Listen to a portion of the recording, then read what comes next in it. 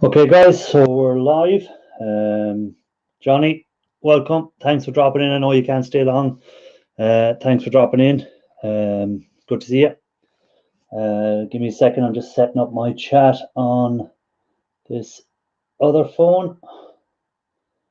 So I go in there and tilt that up a bit so I can get the chat going. Okay, is the sound okay, guys? Last week I was having issues with the sound, so hopefully this week it's working okay. If not, let me know. I'm going to wait for a few more to come in before I start about the topic that I've set today, which is it worth buying e-waste for gold recovery? So we'll have a look at that when we get a few more in the chat. So in the meantime, I'll sort some stuff out. I'm just sorting out some of my gold recovery material. Big Country, how do? I seen your video today with your VGAs. You're getting on good. Glad that the video I done last week helped out a bit as well. So I'm going working on a few of them tonight myself. I have them to decap. So I'll be taking off the things off them. Snobby, great to see you, man.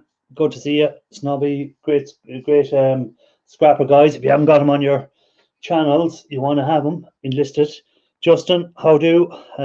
Justin, haven't seen you here before. Maybe you have. I don't know. But welcome if it's your first time. Hit the subscriber if you haven't hit it already. Good. I'm glad, Big Country, because it's just a guy approached me to see that I want to buy some e-waste off him, and I'll wait for him to come in. He said he'll try and come into the chat tonight, and I'll talk a bit about it then and pricing. It's a bit like when I started doing e-waste first. I thought that everything was worth a lot of money, but it obviously isn't. If you look at the prices on if you look at Romantic things, if you look at the pricing on, we'd say, board sort, you can work out roughly then what price stuff is selling. And then you have to take into account that board sort will be getting everything out of the item. They won't just be getting the gold out of it. They'll be getting the copper, they'll be getting the platinum, they'll be getting the steel, they'll be getting the aluminium, they'll be getting all the rest of the elements that are in there, not just the thing. Ralph Morrick, great to see you, man. I'll be putting a link out in a few minutes if any of the other scrappers want to come up, because this might help out a few subscribers about talking about buying e-waste and stuff like that. Raphael, great to see you, man. It's great to have you in there. As I said, I'll put out a link now in a few minutes if anyone wants to hop up. It's just I'm waiting to see if this subscriber to my channel will come on that had that question for me today about e-waste and buying it, and he was looking at selling it. And I don't want to talk about it until he's in this chat, really, because it's only fair that he's here when I talk about it. So if you're in the chat, put a comment in so I know you're there and we can start talking about it. So first off, how is everyone today? Hope everything went well. How was the sound, Raphael? How was my sound? Is it okay? Today was a good day in Ireland weather-wise, so I spent a lot of the day depopulating mobile phone boards and these ram sticks, which I trimmed off all the gold fingers. So I put another pound of sanitizer. I'm on the laptop and I'm rubbish on the laptop. But I put another pound of gold trimmed fingers into the acid, so that'll be getting added to my pile that I've in there. So as you can see, there's some nice. Let me get that camera and give you a better angle. Pick up the camera so you can see the gold in there. So they're all from previous trimmed ram fingers. So that'll be going in soon into the hydrochloric, and I could use poor man's nitric, as Raphael says, or I have the nitric as well. So I can do it either way. And this is from mobile phone boards that I done and mobile phone boards, and another video you'll see coming on other parts of the mobile phones. So as you can see, it's quite dirty in this one. That's the worst of mobile phones. They get quite dirty, but you can see there is gold in there mixed in. So this one will have to go into the nitric and hydrochloric acid to make sure I dissolve all the gold and then try and get rid of all the other waste product from it. But mobile phones are a pain. In there, I think I weighed that. I'll have to double check it again. I'm not sure, was it 130 or 180 grams? And I'm going to be adding another, hopefully from the ram fingers I've done there. So we'll say the gold off them ram fingers. Hopefully I'll be adding another maybe 10 or 12 grams. And then when I bring it all down using the dissolver down, I should get maybe, you're looking at a gram per pound of ram fingers. So I'm hoping for maybe 10, 12 grams maybe of gold at the end of it, which isn't too bad. Going at today's prices, 10 grams would give you about 500 quid or 600 quid, between 5 and 600 euro. So I'll drop the link in there if anyone wants to come up and have a chat. Feel free. It's good to have so many scrappers on there. I was on Recycle Dudes panel earlier. Another good scrapper. There was myself, there was Raphael, there was Ralph, there was Gil Skills, all up on that panel. Shark Scrapper was on that panel. So some really good scrappers, guys. If you haven't got them, make sure you get hold of them. So next on these, I have to depopulate all the little chips off it. So we've got our little flat pack chips there, and then we have, as I call them, the two-sided, because if you see the solder is on both sides. Fairly easy to get them off. I have videos up there on how I do that. If anyone wants to check them out, feel free. Let me just turn the volume down on this phone a bit, because I want to make sure it doesn't start ringing. Okay, so that's what I was doing there, and I was also working on mobile phone boards today. So again, I have another 2 or 3 cases of mobile phone or tubs, bigger ones than that size, and then I have another larger tub like that size full of mobile phone boards. So I'm going to sort some of them out actually during this chat tonight and get the next batch ready for depopulating, because at the moment with the lockdown in Ireland, I'm only doing half days at work, so I'm finished every day at 1, going at 8, finish at 1, and we see what happens then. So in the meantime, with these to deshell, if anyone will have seen my video there last week, I was taking them off boards, so I have to take those apart today and add them to the collection of the ones that I've already taken apart. So as you can see, if I can find them, when you separate them out, you'll get left with these underneath. So you can see there, you can see the gold on it. There we go. So that's one, and that's another one. I'll be doing future videos on how I refine that down further to end up with some gold. If I can get that to focus. It's trying to focus on me instead in the background. So there we go. Try and stop the light. But anyway, you get the idea. So you end up with them, and you end up with the black caps from it as well. So you have your black caps, and you have them from it. So Big Country was doing a video on that as well today, I think. I done a video last week on it, and Big Country done one this week on it. So if you haven't checked it out, guys, check out his video in a while. So all I do to separate these, you'll see it in my video anyways, I just use a knife, and I slide the knife in behind underneath the black cap, between the black cap and the board, and I just take it off. So it's fairly straightforward. Just make sure you don't cut the hands off yourself. So I have a glove on. So that's all I do, just to separate them. And there's our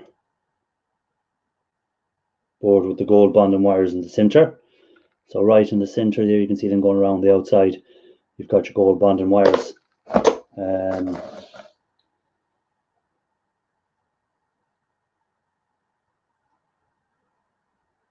Oh yeah, hold on to the black caps. They contain gold bonding wires as well in it. Big Country Scrapper. You just hold on to them, and you'll see in future video what I do with them. Just make sure you hold on to them. As I say, when I got into e-waste myself, there's a lot of stuff I've done wrong, a lot of stuff I threw away that I should have kept, and you just go, oh no, I shouldn't have done that. Yeah, there's more, as Raphael has said there, there's more gold in the black cap than there is in the actual board itself. You can't see it, but inside of that, well, Raphael is working on a video that I might let him tell it himself later. If he pops up on the chat, he can pop up and explain what his video is going to be about, where he's going to be working with another way of getting the gold out of caps and out of chips and stuff like that. I incinerate them, but Raphael is working on a different way of doing it. So I'm not sure if that video is out tomorrow or not, that he's working on. So hopefully you'll see there's all different ways. That's the good thing about scrapping, is there's all different ways of doing things, and everyone tries and help each other out.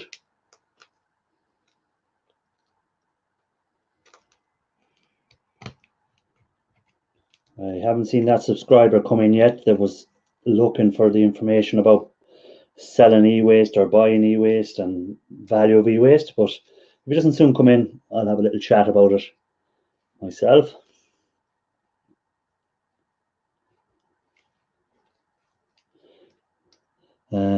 Did a lot better to watch the comments a day in my life. Okay.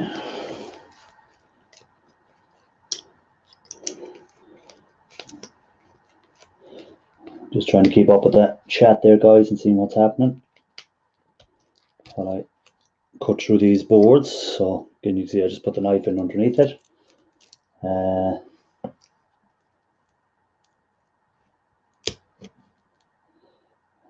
Hi all, I'm scrapping e-waste. Sorry for replies late. No need to apologize for replying. Everyone has to keep working away and keep doing stuff. So as I say, it's good that you popped in, and I appreciate all the people that do pop into my lives. It's really good that you take up a bit of time out of your busy day to come in and check out my channel, check out my videos. The amount of scrappers, that's what I find about scrapping, is the amount of scrappers that really are a big community, and we check each other's channels out.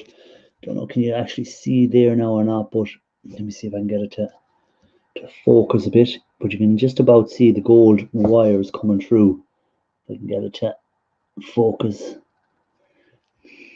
It's very hard, but just up here in this corner, I can turn it there. You can just about see gold bond wires on it. So they're the gold bond wires.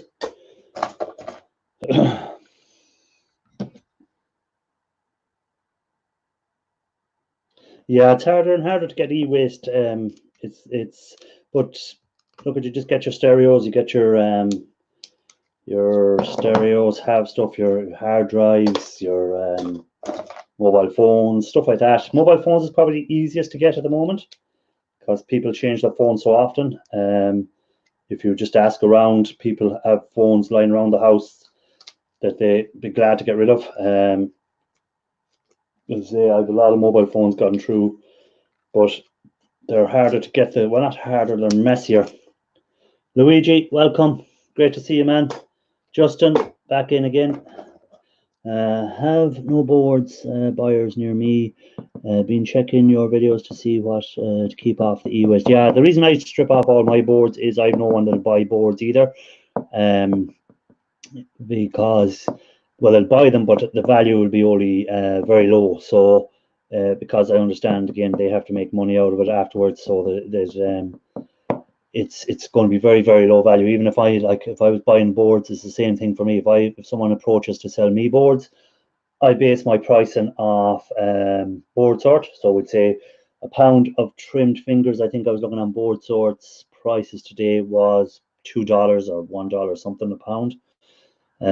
So then that means when you convert that to euros, it's only €1.50 or something like that a pound. So it's not going to be, I'm not going to pay 150 because I still have to use assets and stuff like that afterwards. So I might only be paying €1 a pound. So for trimmed fingers, not for full ram fingers, for trimmed fingers. If it's ram fingers per pound, it's probably going to be less because I have to go in and trim them. I have to go and depopulate them, stuff like that. So again, it's all depends on the quality of the boards, the older the chips, stuff like that. You're not going to make a fortune selling boards. It's just if you're a scrapper and you come across boards as part of your general scrap, then it's just a side. It's just another side earner. Just having a look here at this chip.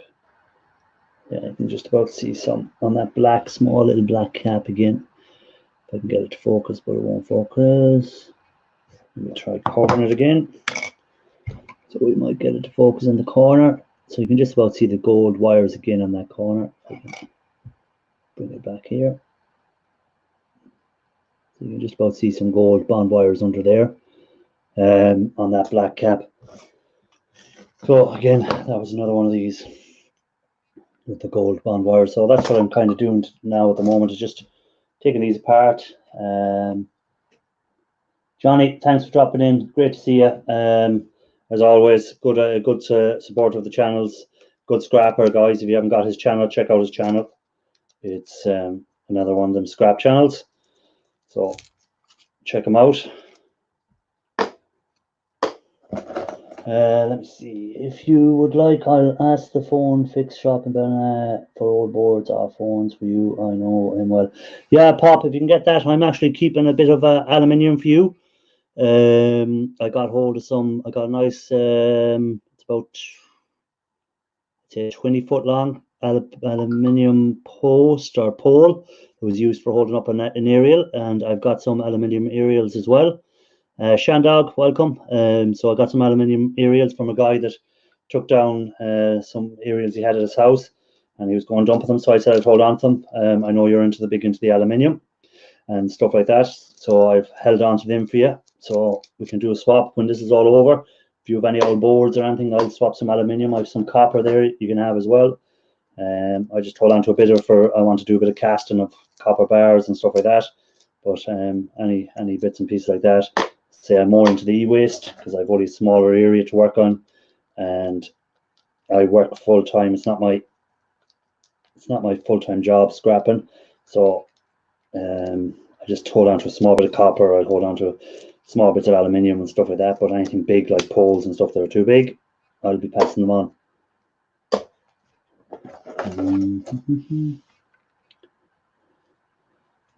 So how is everyone keeping?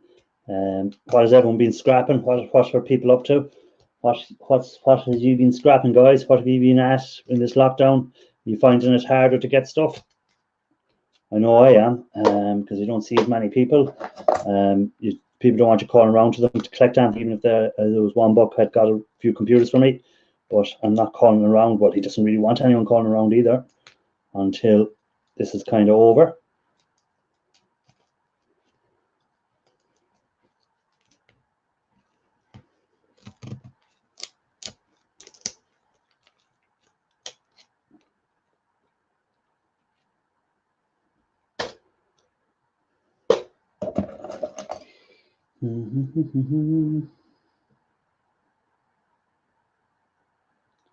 Yeah, you go make some food for yourself, Raphael. Maybe come back later and we might get you up on the panel at some stage. And you can tell us about your video coming out on Tuesday, tomorrow. Who's this? Stampert. Welcome. Thanks for dropping in. Good to see you. around today and didn't find anything really. Let me get who have we there. We have Romantic in the basement. We'll try and get him up. Ro, how are things? Don't know, can you hear me? I don't think you can. What's up, buddy?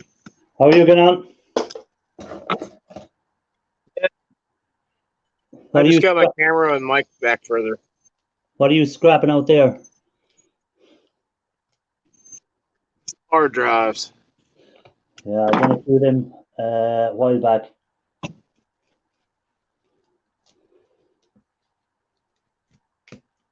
Hard drives.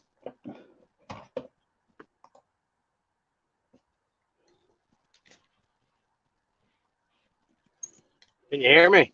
Yeah, I can hear you.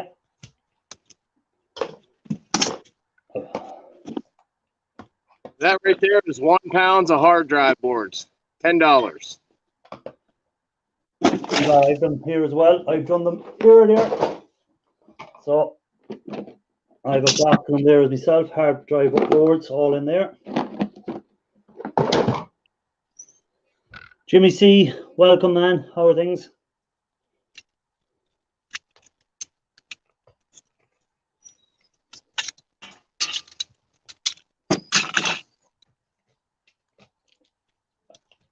So, Ro, you in the old lockdown over there, yeah?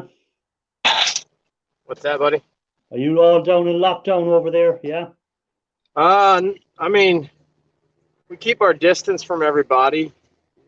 You don't breathe in someone's face generally. Why should you do it now? Yeah, exactly. David, welcome to the chat. Good to see you.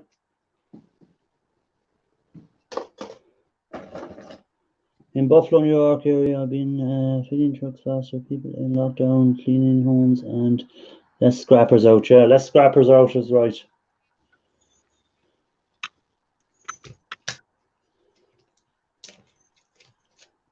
So what's the buying waste?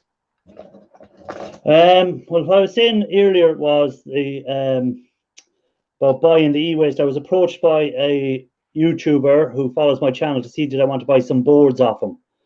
So I asked him to send a few photos.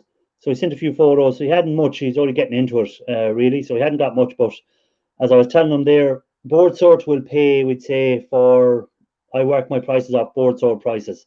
So Board Sort is paying, we'd say, $2 a pound for trimmed ram fingers or whatever they're buying it at. Then I'm going to be paying less than that because they're a bigger company and stuff like that.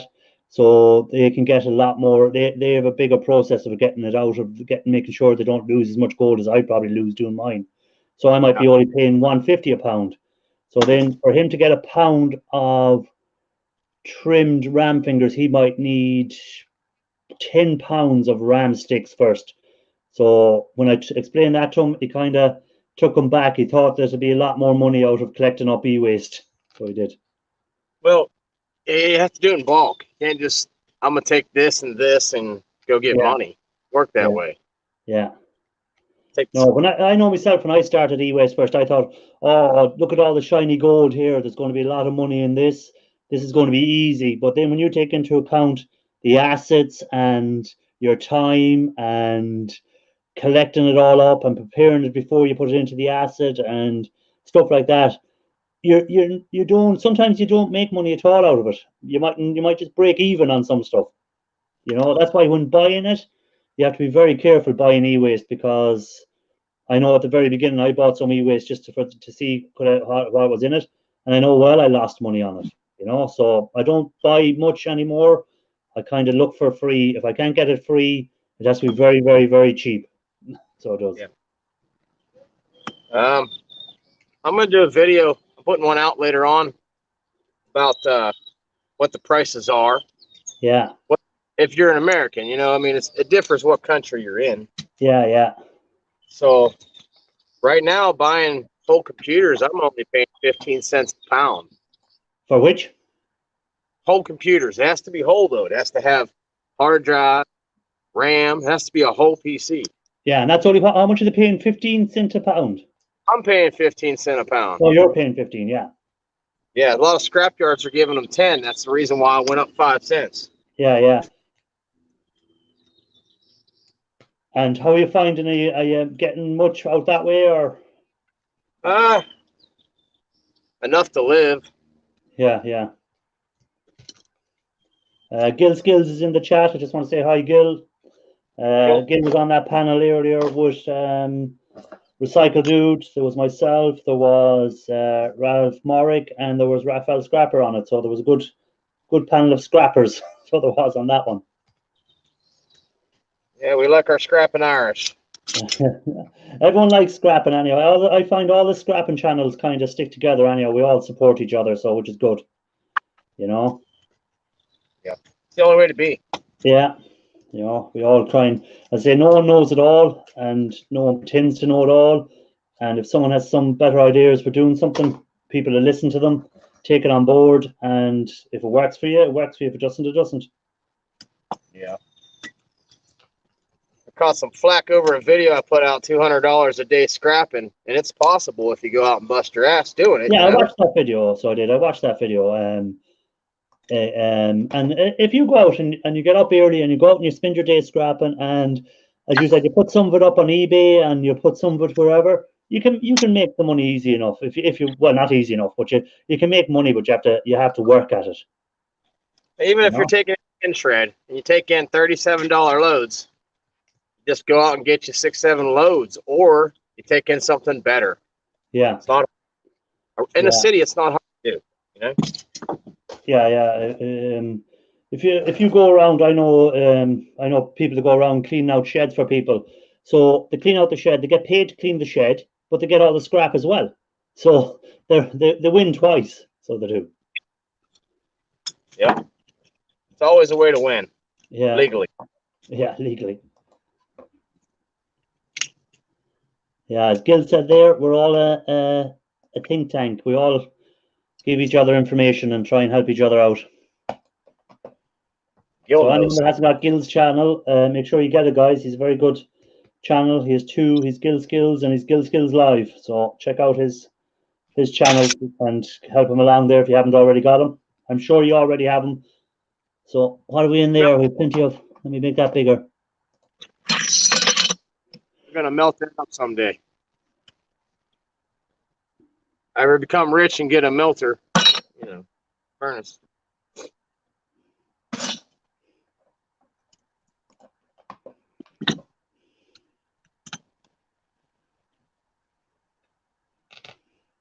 All right, well, I got about 40 more of these to go, so I'm gonna let someone else jump in, brother. I'll keep watching. Yeah, no problem. You pop off there and I'll catch you again. All right, man. All right.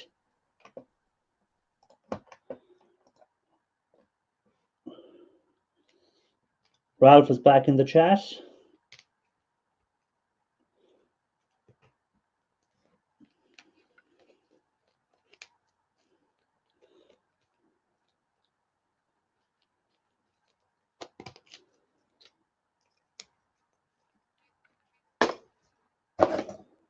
Don't be shy, guys. If you want to pop up, there's a link there in the chat.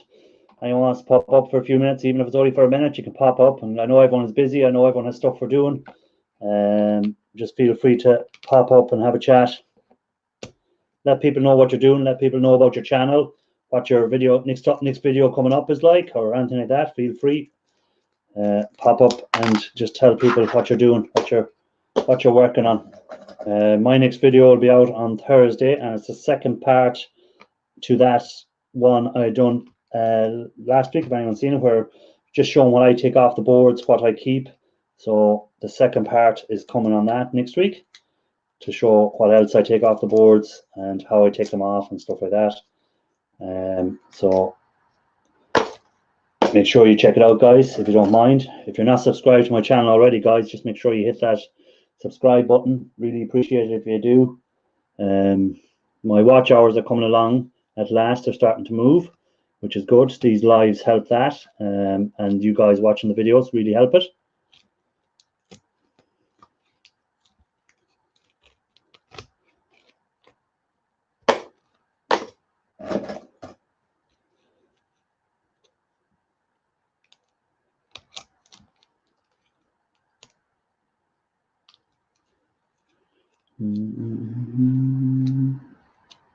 Yeah.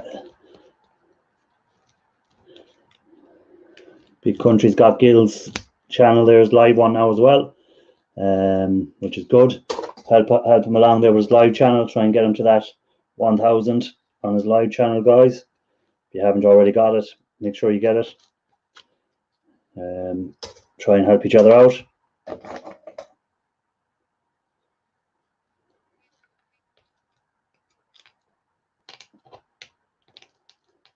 I don't get to see all of Gil's lives because of the time difference.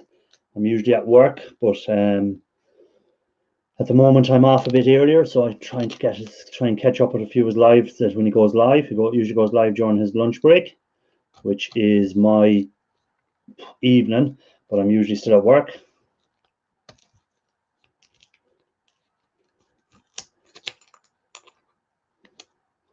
Guys, if you can share out this live if you want as well, if you've got a community tab, if you could share it out, we'll get a few more scrappers maybe in. It'd be good to have a few more scrappers in. We'll be able to talk about scrap prices maybe, what we're taking off boards, what people are working on, stuff like that. Doesn't have to be scrappers, anyone can actually come in. We'll talk about anything that anyone feels like talking about.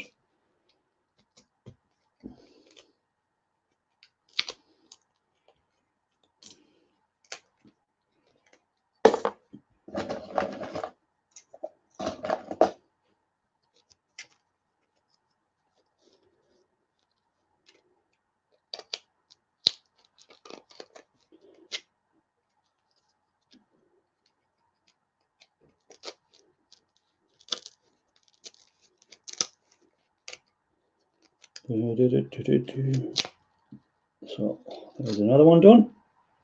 So again, you can see the gold bonding wires in the center. So a video coming on that later on this year, hopefully, if we get time. I want to try and process as much of the stuff this year as I can, and do as many videos as I can on it, and hopefully at the end of the year we'll see some gold processed into a bar or into a little ingot. Gold Twinkies. Gold Twinkies is right. If anyone doesn't know, Gil likes his Twinkies and likes his Pepsi.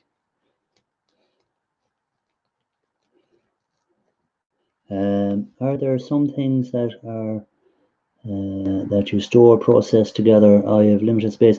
You can process pins together. You can process ram fingers, trimmed ram fingers. You could process the mobile phone board once you have it cleaned off, and you just have the exposed gold. You could process. What else can you process together? Well, I would say like, look here. Once you clean off the mobile phone board, so we'd say when I say clean off the mobile phone board, I mean the back here where all these chips and stuff. Again, you hold on to them chips, don't dump them. They contain gold usually. They'll have gold bonded wires, and I'll have videos coming up on them. So again, the chips can be all processed together. So the chips off them, the chips off the ram fingers can be processed. The chips off motherboards, if I have any motherboards here nearby. Let me have a look. See if I have any boards with chips in it. You get the idea. So, say like them chips.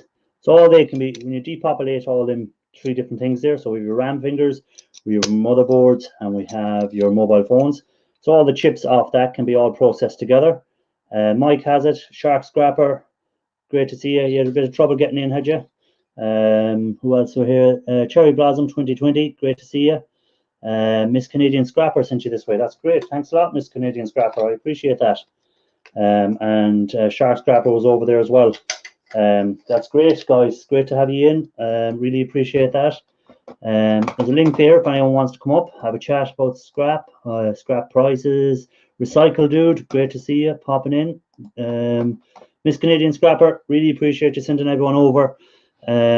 that's great that you've done a raid. Again, if anyone hasn't got Miss Canadian Scrapper or any of these other scrappers coming in, make sure you get them. Some great channels there. I was on Recycle Dudes earlier, which was a good panel there. There was Shark Scrapper, there was Gil Skills, there was Raphael, there was Ralph Morrick. I was on it. Scrapping together, great to have you in. Miss Southern Bell came over from Canadian Scrapper raid as well. Great to see you. Miss Southern Bell was in last week as well. Good to see you back in again. Great to see you. So Recycle Dude was having issues earlier. If any hadn't seen his live, he was having a few issues. But as I was saying there about the chips, so all them chips can be all put in together. So that's one thing you can put in together. I do put all the pins that I take off the mobile phone boards, or I take off the mobile phone boards, the board, the CPU boards or the computer boards. CPU pins I'll do separately. I don't put them all in together. Mike has it. Great to have you in to get all eBay and Amazon shipped out. So Mike has been busy getting his eBay sent out and getting his Amazon stuff sent out. So Mike is making his money on the eBay and the Amazon, guys. It's another source of income. If you can find something to sell on there. So yeah, I know space can be an issue for a lot of scrappers, but that's why I went into the e-waste, because it doesn't take up much space. Thanks, Recycle Dude, for that. Great to have you doing that. I need to do something there. Okay, and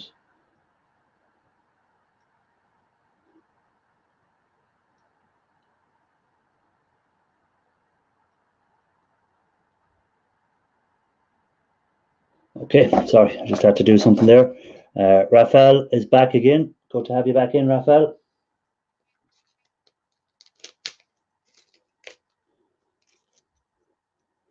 I'm still taking these apart, Raphael. Have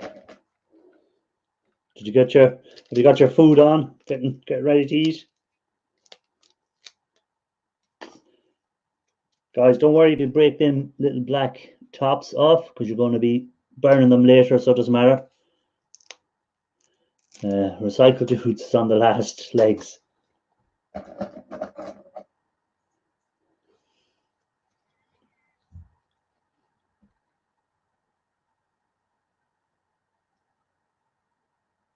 Yeah, fire ahead, big country, that's no problem. But the only thing I'd say is don't head straight over there, guys. Give me a bit of time and then check out that one that big country is going to be sending us to. We might do a raid later on it, or if they're live, if they do lives, I don't know, do they do lives?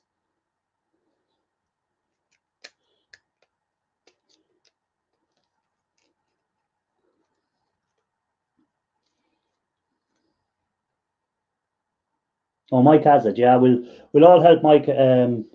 Mike has it, because Mike follows me in there. We'll all get him afterwards. I'll put a link down in before the chat is over. I'll try and get that channel a few numbers.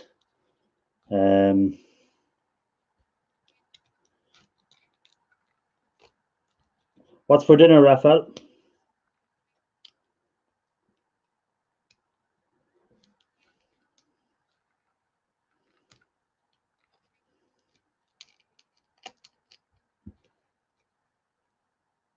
Yeah, Mike has it there, guys. If you want to give him a subscribe, check out his channel. There's no problem there. Check out his channel. Give him a like. Watch some of his videos later. Don't all leave my channel now and leave me stuck again. We'll check him out afterwards.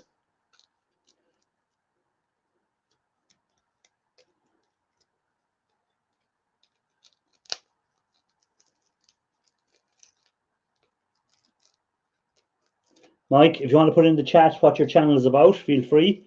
Tell people what your channel is about. Tell them what you do.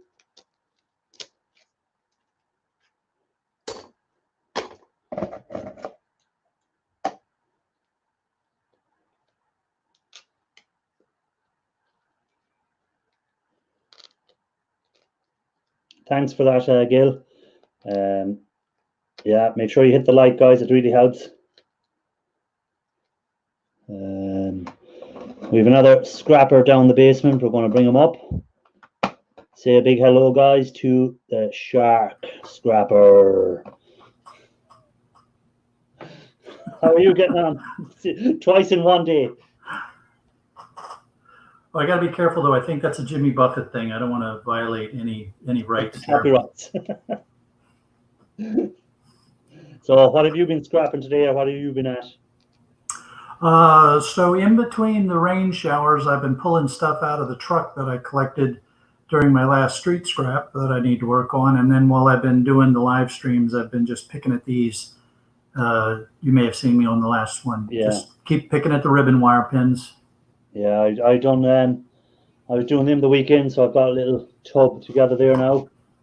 So they're all from ribbon wires and from where the RAM connects up to the board. I've taken them out of there. So some of them are completely gold plated, and then some of them are just gold tips on them, you know. And some of these are more tin than anything, but yeah. Well. Yeah, Shark got a good shout out from E-Waste Bin, I think, didn't you, there last week or the week before? Oh man, yeah, it was like a week and a half ago, and it was just like somebody put a rocket booster on my channel. You know, I mean, just shot me right out into orbit. So it was fantastic. Yeah, if you can get a shout out from his channel, you're doing well, because he's got some amount of subscribers, so it really promotes the channel. Yeah. And I had my 1K giveaway. Pat Deal was the winner, and I put the coin in the mail this morning, going out to Pat. So that's hopefully the lady at the post office said it shouldn't have any trouble getting to Canada. So he should be getting it before too long. We'll see. What is Mike there? Mike says, I've been scrapping for 15 years plus. I have many contacts and steady client for large volume picked up. That's what it's all about. If you can make contacts, it'll give you a steady flow of e-waste. That's what it's all about. I've met 2 contacts there lately. I made a contact with a security company who does alarms and stuff like that, so I'm getting a lot of their stuff that they're throwing out. And then I met a contact with a computer repair guy, so I get a lot of his boards and stuff like that. So, but the lockdown has put a hold on all that, so I can't go and collect anything. But the stuff will be there when it's all finished, hopefully. So our construction sites are still open. And that's where the telephone poles and the rebar came from, was my contacts with the managers at the construction sites. So it's not quite e-waste. Yeah, but it's all another revenue stream, so it is. Yeah. It's all about getting money in the door.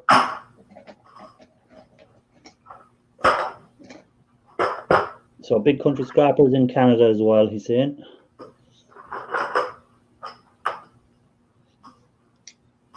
What time is it over there where you are now, Shark? 15:43. Oh, 3:43. So you're 5 hours behind.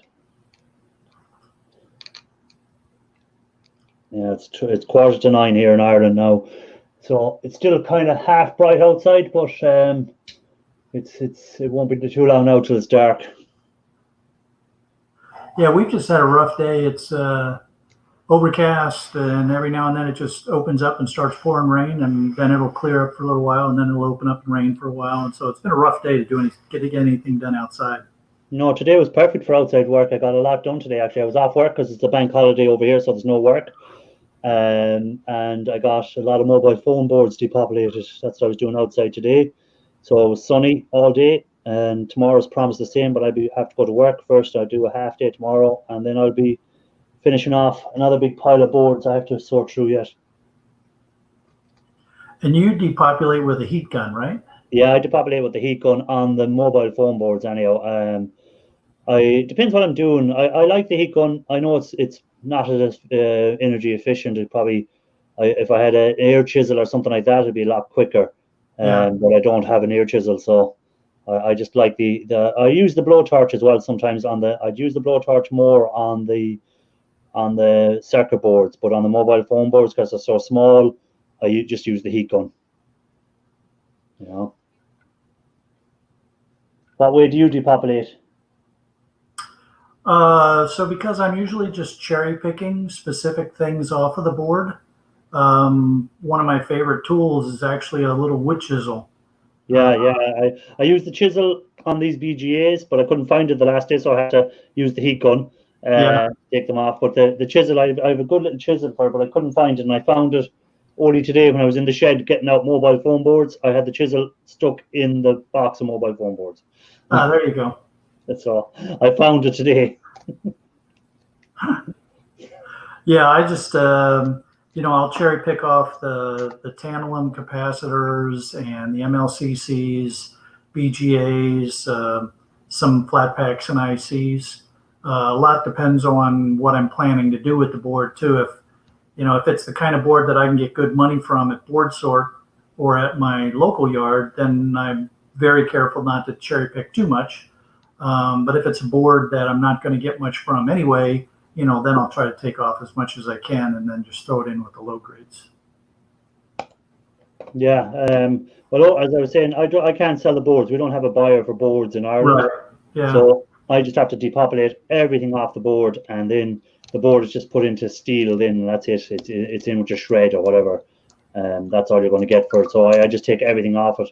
There's no point getting no value at all for it. So I take everything off the board.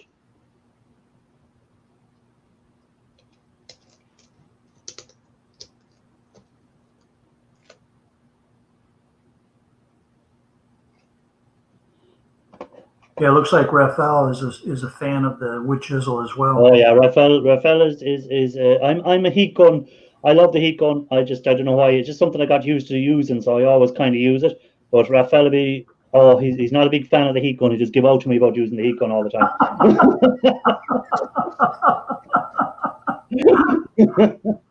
Well, I must have missed a couple of those episodes. He does give out to me. He says it takes too long, and I'd be taking too long with the heat gun. I don't need to get the chisel out and just bang them off.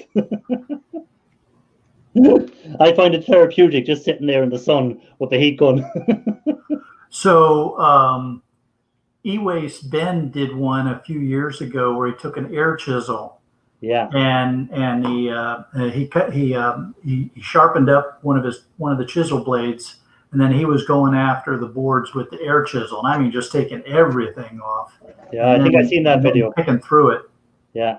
He took everything, and it was all in a big pile in, and just you have to go sorting through that. That's the bit I hate, even with the heat gun today now with the doing the boards. I throw it all I put the heat gun over a bucket and everything just falls into the bucket. Then I have to take all the little bits of steel out, and then I have to try and find the chips, and I have to find the MLCCs, and I find the tantalums, and I find the little cameras, because they'll have gold in them. The webcam or the mobile phone cameras, they have gold in them. Yeah. Any LEDs, they have a gold bond and wire in them. So I have to separate all that out, and then you're left with just a load of crumble, as I'd call it afterwards.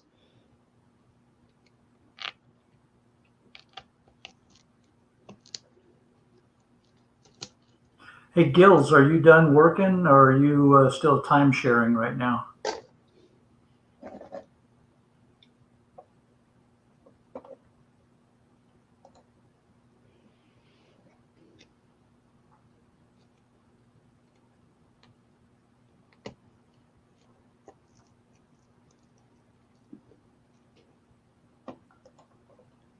I'd say he's still working. I think he.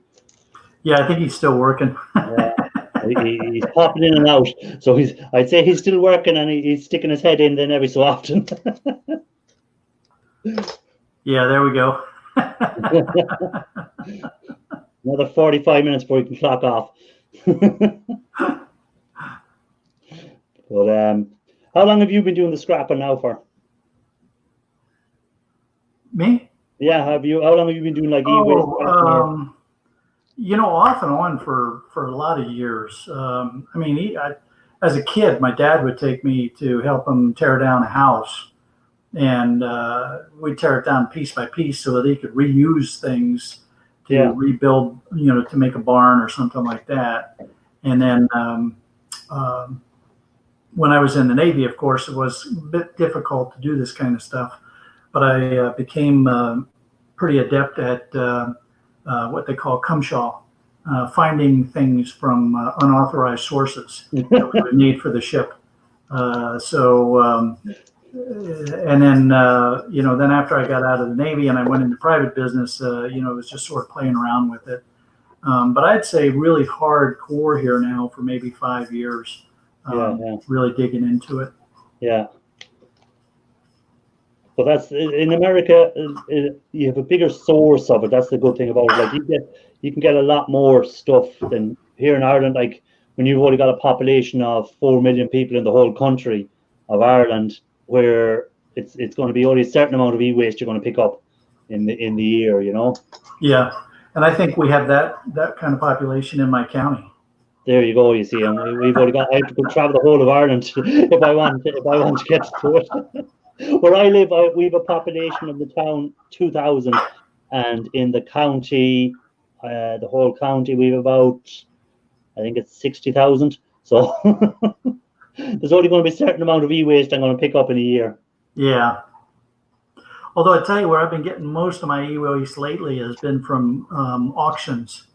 So school districts, the city, the county, federal government, they auction off surplus gear and equipment. I've seen that before. I looked it up. I seen the army and the police forces there in America are auctioning off all these old computers and stuff. And I was thinking, if only I lived over there, I'd have a great time. Yeah. But I tell you got to be really careful though, because some folks just get caught up in the auction and they're not paying attention to the value of what it is they're bidding on. And, I've seen some people just pay ridiculous money.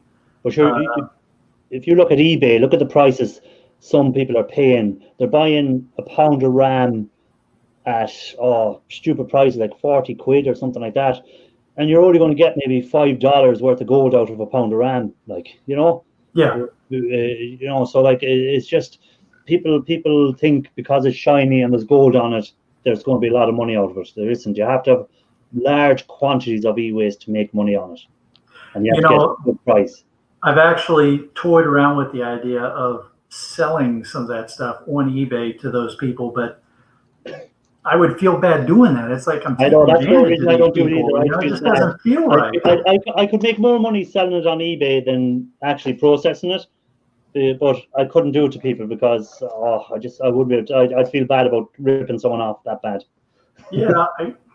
I don't know. I'm really having a moral dilemma on that one right now. Then the other side of it is if people are foolish enough to spend that money on stuff, well, then that's it'll teach them a lesson when they process it and they see they spend 40 quid to make 2 quid. Yeah, there you go.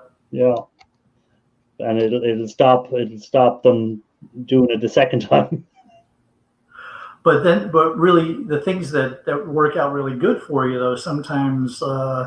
The person who's putting, the county employee or whatever, who's putting the stuff up on the auction site, they won't know how to describe it. So, I've got a video out there that's titled something like Best Miscellaneous IT that I ever got. It was the local airport authority. And their miscellaneous IT turned out to be a couple of server racks. Oh, nice. So I ended up with, my truck was just chock full of server racks, the metal rack, but all the blades going inside of it, everything. It's like, really? This is what you call miscellaneous? And I got it for $20-25, something like that. Gee, that was a bargain. That was definitely a bargain. Yeah, that's when you make up for the ones that cost you too much. Yeah. Yeah, some people go crazy. Yeah, Mike, you're right. You're absolutely right. But the worst is like you could be buying something and actually they bid it up, and they they're going to do nothing with it. They're just buying it because they're afraid that there's something of value in it, and they end up with something that's worthless to them. Well, and I sometimes wonder too if maybe some of these people that are bidding against me are higher end processors, so they can pay more. Yeah. Or I mean, like you might bid against you might be bidding for 5 cargo pallets of PC towers, and it's advertised as hard drives removed, RAM removed, and yet they're selling for $15, $20 a piece when you do the math. And so, I'm sitting there thinking, there's no way anyone can make money out of that unless maybe they're really, one of these big processors that they just got to keep their machines fed and keep pushing, towers into their machine. Yeah, or it could be that I know a company that like that, they'll buy a lot of them older towers and stuff, and they'll re-add, they'll put a RAM sticks back into them, and they'll sell them on into Africa and into Eastern Europe. So they redo the computers and they sell them back in as computers into other places who mightn't need the most up-to-date computer. Oh. So that's what they do into Eastern Europe and into Africa. I know a company does that. He does the same with mobile phones. He'll take the older mobile phones and he'll refurbish them and he sells them off into Africa. So I guess that could make some sense then. If you were going to buy these things, put a hard drive in them, and a bit of RAM, turn them into functional computers, then you could probably get some money back for it. Back on them and sell them into Africa or into Eastern Europe or somewhere like that, Even maybe even South America you could be selling them to. Yeah. I just don't have the patience for doing that kind of stuff. I'm good at taking things apart, no good at putting them back together. I'm no good at putting them back together. I'll put the link there in case anyone else wants to join us. Feel free. Anyone can come up. Hey there, Pop Scrap. Chat what they want about. Pop Scrap, he's another Irish scrapper. If anyone doesn't know him, he's actually only lives about a half an hour away from where I live.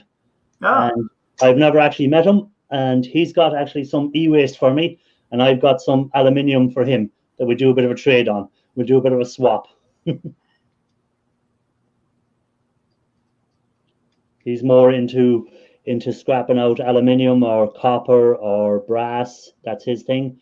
I'm more into the e-waste. I don't have much storage space, so I don't kind of hold on to much of that stuff. I kind of pass it on again if I can. So Daniel wants to know if you do any refining yet. No, I'm working on my videos for the refining. I was waiting for the weather to improve because I like to do the bit of acid work outside. So I don't like doing the acid in the shed, even though I've got a hood that takes out, but it's not the best hood in the world.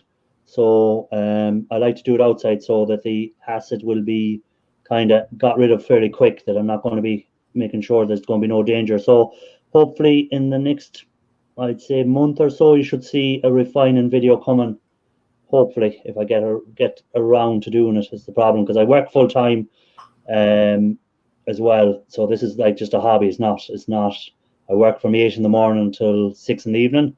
So 10-hour days. So it's to get the time then, yourself, when you come home in the evening, there's gardens to be cut or there's something to be painted or there's some other work lined up. So it's just to get the time to do it, Yeah. And I haven't done any refining yet either. I'm still collecting up. I've got buckets and buckets of this kind of stuff that, and IC chips and things like that. And eventually I'll get around to it. I just haven't. Well, you can see here behind me, if I can point to it, there's my tubs. They're all IC chips. So I have 2, 4, 6, 8, 10, 12, 13, 14, 15 pounds of IC chips there to do. So they don't belong building up. So they all have to be, I incinerate them. And what I would do then is I'm going to put them through a poop tube, as you want to call it. It's a thing I built where, you'll see videos online where other people have done it as well. And it'll use the water just to get rid of the copper and any of the other stuff and just leave the gold. And then I'll refine it using nitric acid and hydrochloric acid. Bert, how are things? Welcome in. Call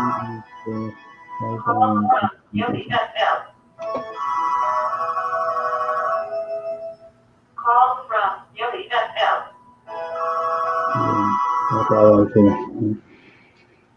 Yeah, so Dirt Digger does the same as I do, swap other materials for his e-waste with other scrappers. We have not gotten a response you a final courtesy call before we close. What places sell nitric? I found it very hard to get the nitric, Justin, but I managed to get hold of 72 litres of it in the end, which is quite a lot. I work in an industry that would allow me to buy nitric, so I bought it through them. So that's how I got it. I had to have a company to buy it. It's the only way you get it in Ireland. So I managed to get. At the time, I said I'm going to buy a lot of it because I mightn't be able to buy it the next time. So I bought 2 37-litre drums. You'll see a video up on my channel there of it somewhere, where you can see the nitric drums that I bought. 2 37-litre drums of it. I think it was 37 or was it 67? I can't remember. It might be 67 litres of it. And you're now on a list in a government office somewhere. Yeah, but all they do is look at my channel and they go, yeah, he uses it for. He's not doing anything. He's not making any sort of other devices out of it. Yeah, just doing it thing, because that was the thing about nitric here in Ireland. It was kind of with the time of the troubles with the war that was on here in the 90s and the 80s and the 70s. Nitric was one of the little things that they used a lot for other purposes.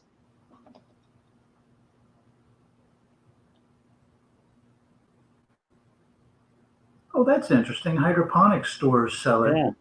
Huh. I didn't know that, but I think it's very costly to buy it in small quantities. Like I bought, before I found this source, I bought, I think it was a litre of nitric acid, and it cost me €25, which would be nearly $30 for a litre. Then I bought 2 37 drums for €100 and something, €190. So when you work it out by the litre, I was getting it a lot better by buying it in bulk. Yeah. You know. So what price are you paying for that nitric dirt digger? Diggler?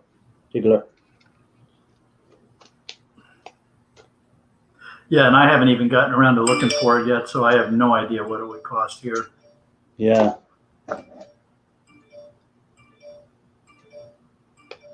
And well, hydrochloric acid is fairly easy got hold of anyhow, because most hardware stores will have hydrochloric acid anyhow. So that's not a hard acid to find. But it's fairly available, readily available in most hardware places. Scrapping together has to pop away. So thanks for dropping in. Take care, scrapping together.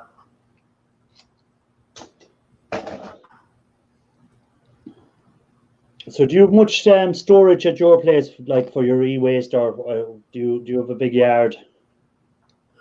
So I don't really have a whole lot of storage space. I have a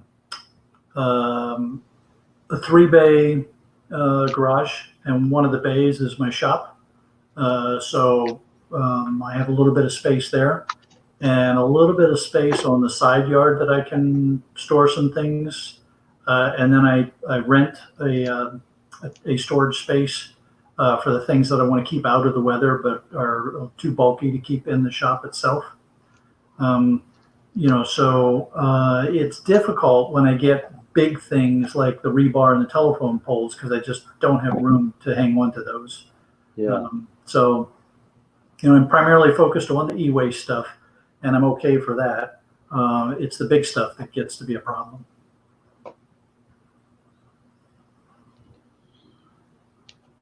Oh, there you go. Justin's got some info on it for US.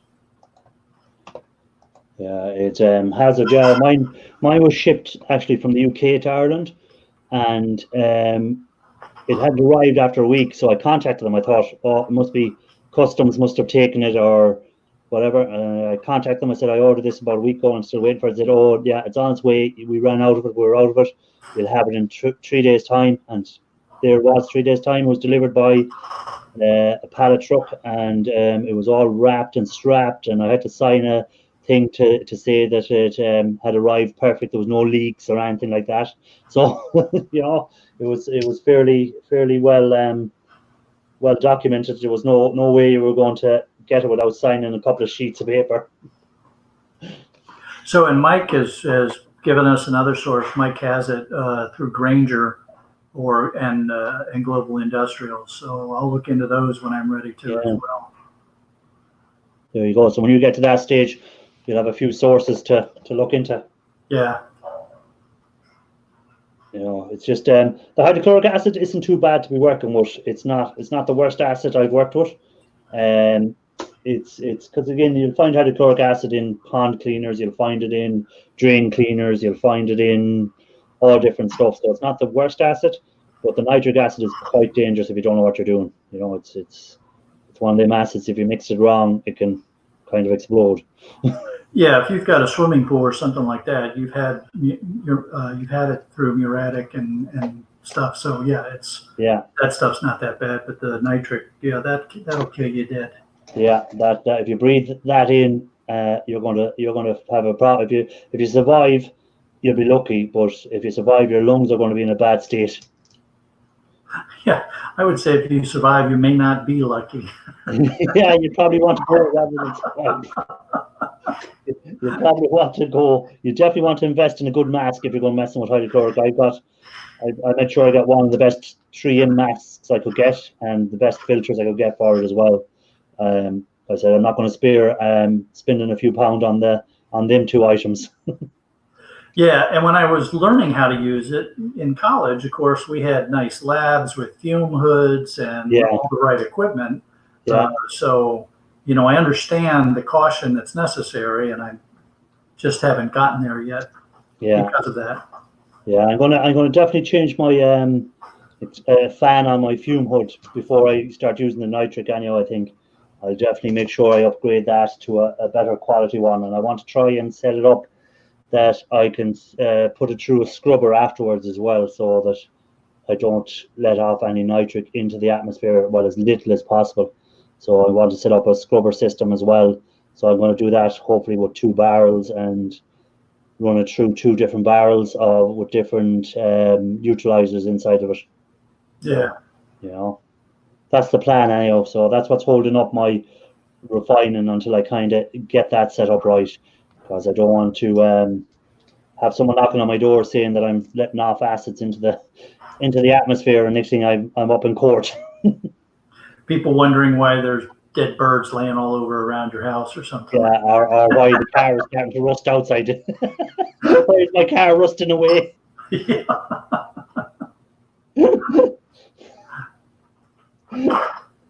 Yeah, the birds just dropping out of the sky might be a giveaway sign.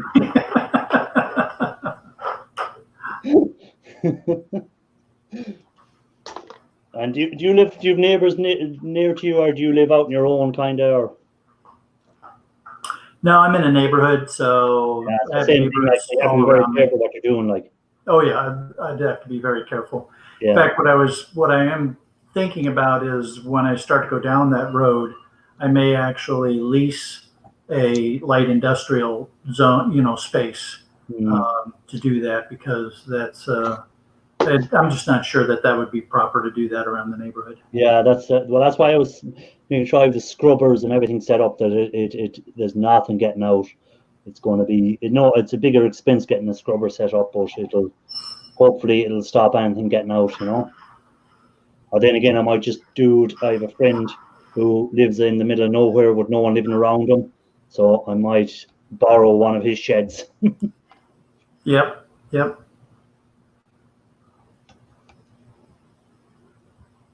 Every now and then you hear about some folks here who have would go set up a I hope the term doesn't offend anyone, a gypsy processing site inside an abandoned warehouse somewhere. Yeah. And a fly by night. The cops might raid them or something like that, but a fly by night operation.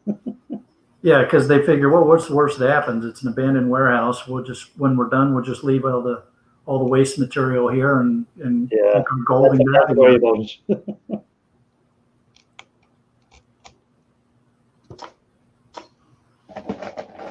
But sure, the amount of people that do get into this e-waste, and then they don't think about the waste they're going to have left over afterwards and how to deal with it, and they just pour down drains, or they pour down a field or something like, and it's just a disaster altogether. Yeah, that's the other thing is you got to know what to do with the leftover acids. Yeah.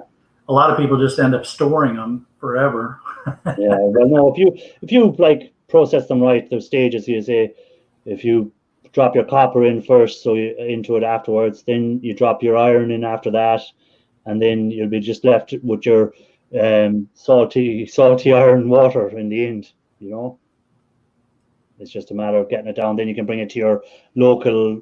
We'll say here our local amenities will take any hazardous waste in at the end. You'll just pay them a fee, and you just tell them what's left in it, and they'll process it after that. Yeah, we should look into.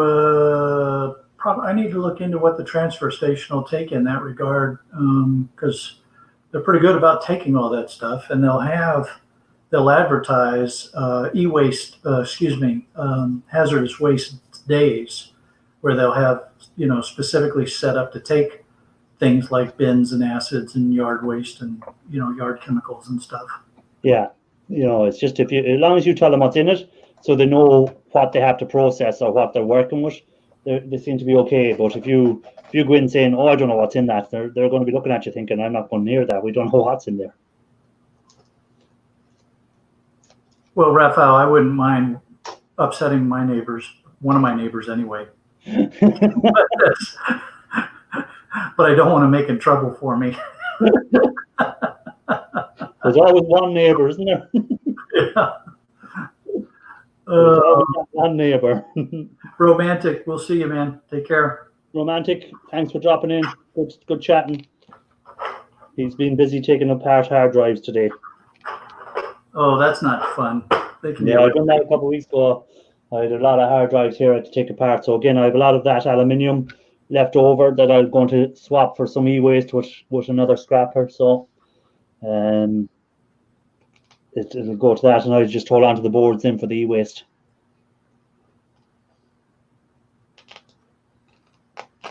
Yeah, I've got almost 2 milk crates full of hard drives sitting around waiting for me to get to them. Yeah, there's always that one thing that no one likes doing, the certain thing, and you just leave it in a box for so long, and you go, I'll come to that. And then when you've done everything else, you've ran out of stuff to do, you just go, right, here we go. It's laptops for me. I've laptops here, and I just hate going near laptops. The amount of screws and... Oh, I know, I am. Oh, so I had to leave them aside, and then when I've nothing else to do, I'll go at them. Yeah, I hate laptops. I hate them worse than hard drives. They're just... Yeah. As E-Waste Ben would say, they're so fiddly. Yeah, it's just the amount of screws in them, and there's always, you pull it apart and there's another screw hidden under something,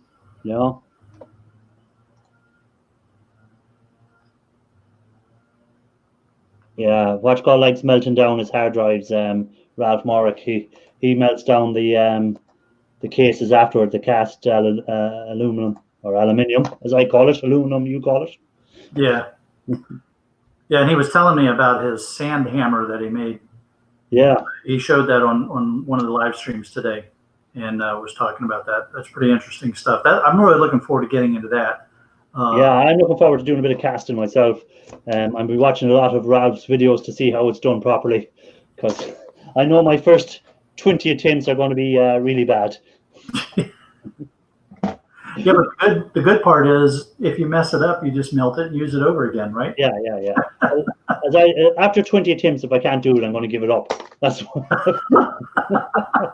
if I can't do it after 20 attempts, I'm not doing it. It's not for me. Now, what would be interesting, and I wonder if Ralph has ever done this, is to just melt down not the aluminum, just the aluminum part, but the entire hard drive. Just melt the entire hard drive with the disk and everything in it. What kind of mess would you end up with there? I see Dirk Diggler, he made the mistake of filling a wheelie bin with hard drives. I can't move the damn thing now. Yes, that would be a little heavy. And Justin has come across my problem. There's always another screw. There's always that's what hammers are invented for. Yeah, that other screw is the killer. And a lot of the time, then you take out 10 screws, And next thing you come to this other one, and it's a totally different screw head on it. You have to go looking in for a different screwdriver. Oh, that maddens me.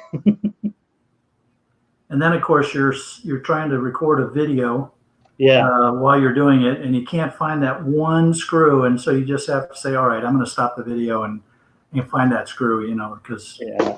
Well, that was like my video last week when I couldn't find my chisel to show the other part. I said, oh, look, you just have to trust me. I could feel your frustration when you were trying to do that. I found the big one, but I couldn't find the small one anywhere. Yeah. I said, you're just going to have to trust me on it. It's there somewhere. Yeah, Rob, I agree. That would be a mess. I'm just curious how big a mess that would turn out to be. That's going to be. I'm just stupid enough to try to do something like that. Yeah, we're going to have to get Ralph to do that so we can all see what mess he can make.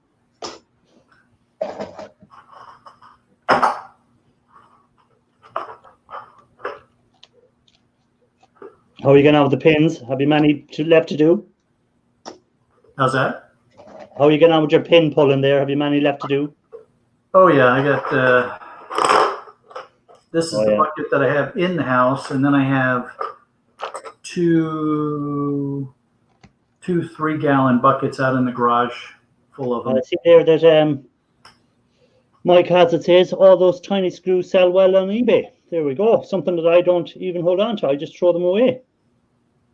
So I might be throwing away money. No way. People buy those on eBay? Is there anything that people won't buy on eBay?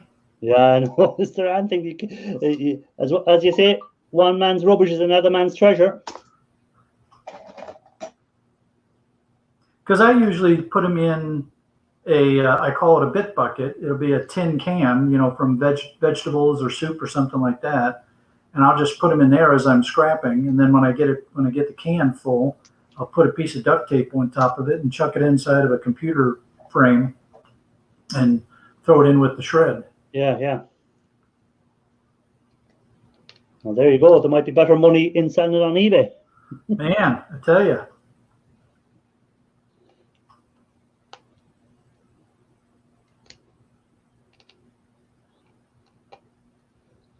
I've been toying around with that again. I hadn't sold on eBay for years, and then when I bought that inventory from the old computer store, I ended up with a lot of eBay sellable items. So I've been up on eBay selling some stuff again. Yeah, and how, when you bought that store, if you don't mind me asking, did it cost much to buy all that inventory? $1,000. You don't have to give me exact figure, like ballpark. No, I don't mind telling you. It was $1,000. Well, that wasn't bad, now, because you when you get your e-waste off, and then if you sell a bit of it on eBay, and that there should be a nice little profit to be made. Yeah, well, I've already made my money back from it, and I still haven't sold some of the really good stuff. Well, that's good. So I'll do well with it. I'm not worried about that.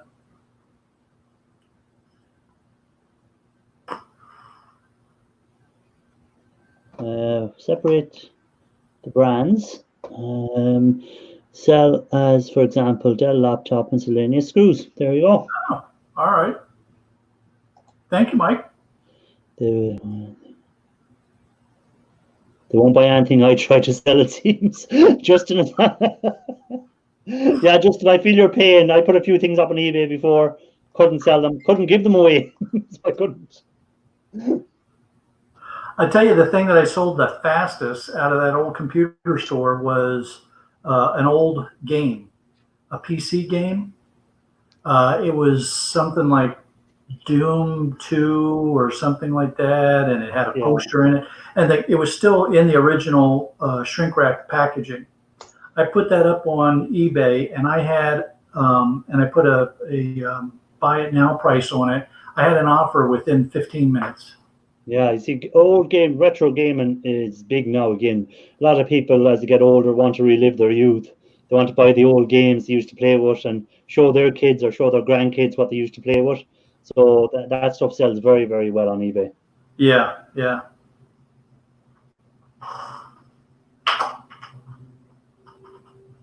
Yeah, I was thinking, man, if I could move stuff that fast, I'd be on eBay all the time. Yeah, see there what Mike has said about eBay. He's a veteran at it. He's been at eBay since 1998. Wow. So he's a veteran at selling. Mike, do you have any videos up on tricks or things that you've learned?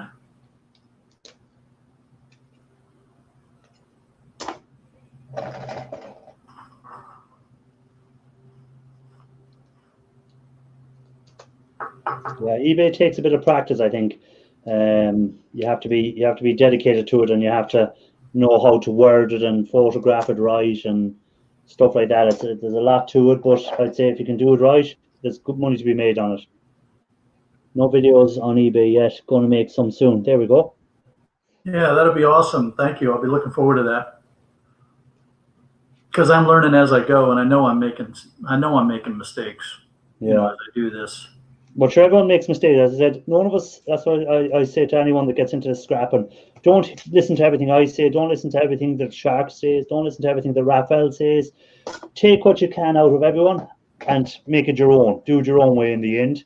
But yep. Take a bit from everyone and kind of make it your own way. Like, as I said, I use the heat gun. Raphael and yourself prefer the chisel.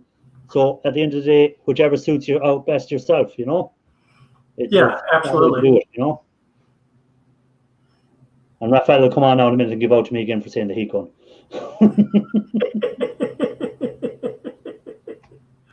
Oh, Dirt Diggler's going to be selling some games here. Good luck, man. I hope they go quick for you. It's tomorrow, I think. Boards are at home in the lockdown, and I'm looking for something to do. There you go. Put them on there so everyone can see. So yeah, selling games seems to be the way, or the old gaming systems. If you can come across old gaming systems, like the old Spectrum gaming systems or the old Commodores, if you can come across any of them, they're worth a few pounds as well. I've seen them sell up there for, well, in euros, about 200 euros upwards. So you're talking $230 upwards for them retro gaming systems. So the other problem I had with the inventory from that old computer store was that it had been stored in a trailer in the guy's backyard. So it wasn't climate controlled. Yes. And a lot of the stuff had just gotten so corroded and rusty and had critters in it and things like that. So it was, it's just going unfortunately, a lot of it had to get scrapped. Yeah, you're going to just have to scrap it. Yeah, if they get wet at all, any condensation or dampness into them, the boards are just think, oh, hold on, I'm in trouble now. Uh-oh. Uh-oh, there he is. Hold on now, get him set up right. There we go. He's coming on to give out to me for using the heat gun. Yeah. Sorry for the noise. You're all fed now, are you? So, Raphael, yeah. So I understand you really like heat guns. No, it's not my best tool to use. I don't say I don't like it. I use it from time to time, but I use it only in certain cases. When he sees me using it, I can hear him. When I put up, as soon as I turn on the heat gun, I go, if Raphael could see this now, he'd be giving out. If you see me using the heat gun today, using all the mobile phone boards, he would have definitely been given out to me. You know, I use it only at a certain situation when, for example, I see such a chip. Hold on, I'll make it bigger there. Oh, yeah, that's nice. Or such one. Or either this little thingy. So then, of course, I will use heat gun to get them off. Or these tiny transistors. But all rest, it just go much quicker, much faster, much easier with the air gun, you know, air chisel. Yeah. For example, it is more efficient, but I don't have an air chisel. I don't have a compressor, so it's, you know, simple chisel does the great job as well. I know that's too much work for me. I don't like work. I just like to stand there and hold a heat gun above it and let it melt. I like watching the meter going around as well. It looks good when you have the heat gun on. You see your meter flying around. Yeah, that's getting speed, right? That's all right. I tap into the neighbor's meter. It's okay. Okay, that's say a lot. Yeah. Yes. See Justin's one there. I have an old Bitcoin ASIC miner to scrap. Interested in the quality of chips. I've never seen one of them. What people use for mining the Bitcoins at all. I never got into that, or I just don't understand how it works at all. Yeah, I haven't seen any of those either yet. Yeah. I think that's basically just the motherboard from the PC and the graphic card in it. Yeah, but I don't understand how this mining Bitcoins works at all. I can't work it out in my head. I'm not sure. I don't know. Yeah. I was trying to research that at some point, long time ago, but I didn't get so deep into the subject. Yeah. After I find out some materials, then I see it was so long, then I let go. I might have destroyed computers that had Bitcoins on them that could be worth millions. Man, wouldn't that be upsetting? Oh, that'd be sick. But you'd never know, right? I'd definitely have to drink the hand sanitizer if that happened. Straight on. Yeah.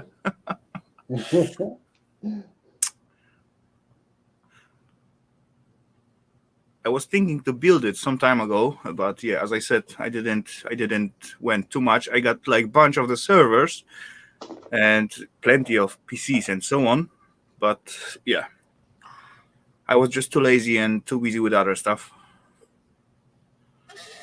Yeah, and I'm just not very good at building anything. Alexander, welcome to the chat. Good to see you in there. If anyone doesn't know Alexander, he's into collecting coins. As far as the coin word drop down, Alexander show up. Welcome there, buddy. As soon as you mentioned the big coins, he was in. Big Country's back again. Welcome back, Big Country. So does Alexander collect real coins or Bitcoins? Oh no, real coins. Yeah, he's on real coins. He's on real coins. So one of the things that I found in that old computer store that was really surprising, because it was actually inside of a computer PC Tower frame, was a Ziploc bag full of Susan B. Anthony's.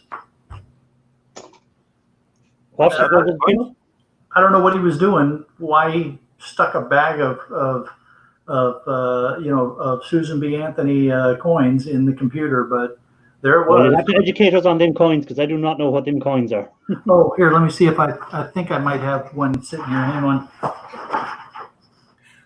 You know, some people are doing strange stuff.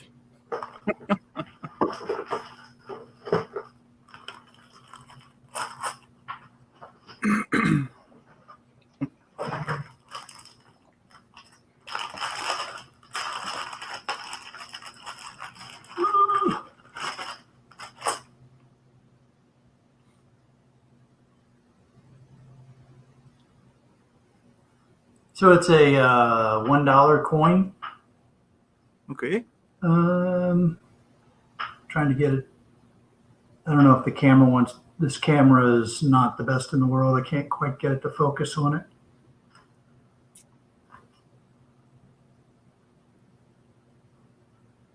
Yeah, can't quite get it to focus. Sorry about that. No, you're all right. But it's a $1 coin. Yeah. And what year were they from? These are all 2000. Okay, so they're fairly new coins. They're not an old coin. Oh, it's not an old world coin by any stretch. It's a U.S. coin, and these are all dated 2000. So, these were probably minted specifically for the Y2K business and stuff like that. So we had a bag full of them hidden inside the computer. Yeah. Who knows why?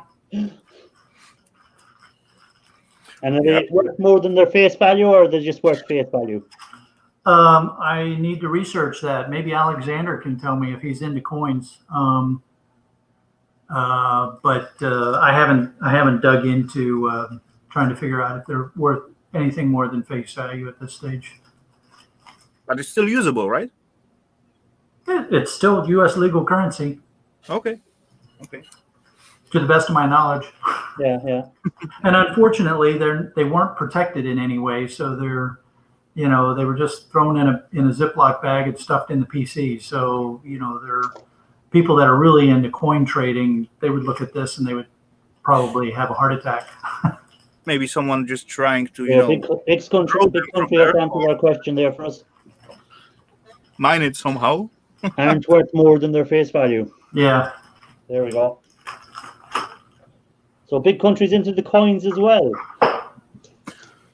Yeah, I do have a big collection of coins, but I'm not really into it so much, so I have no idea what coins I have.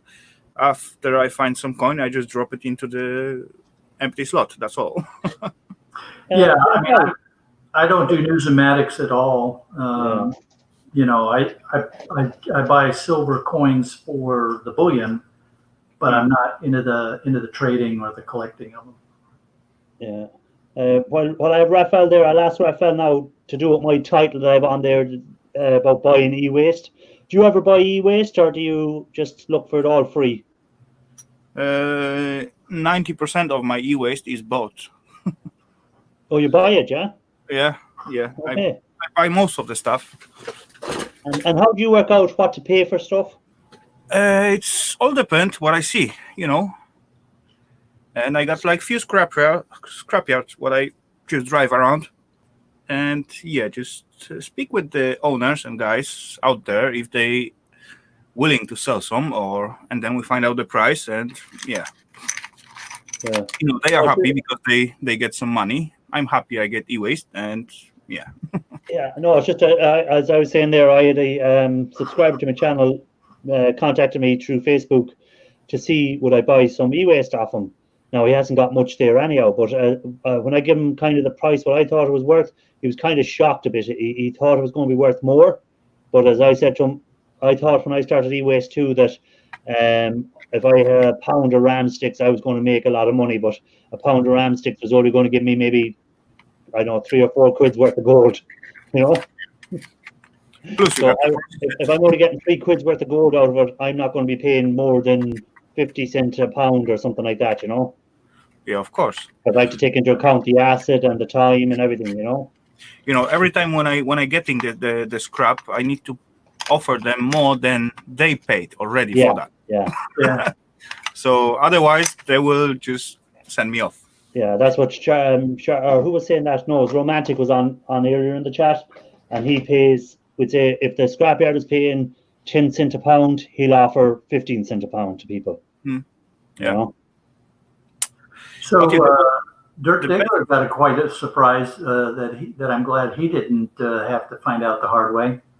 Look at his comment there about what he found in a rice cooker. Where's that? I found. Oh, hold on, I'll put it up there.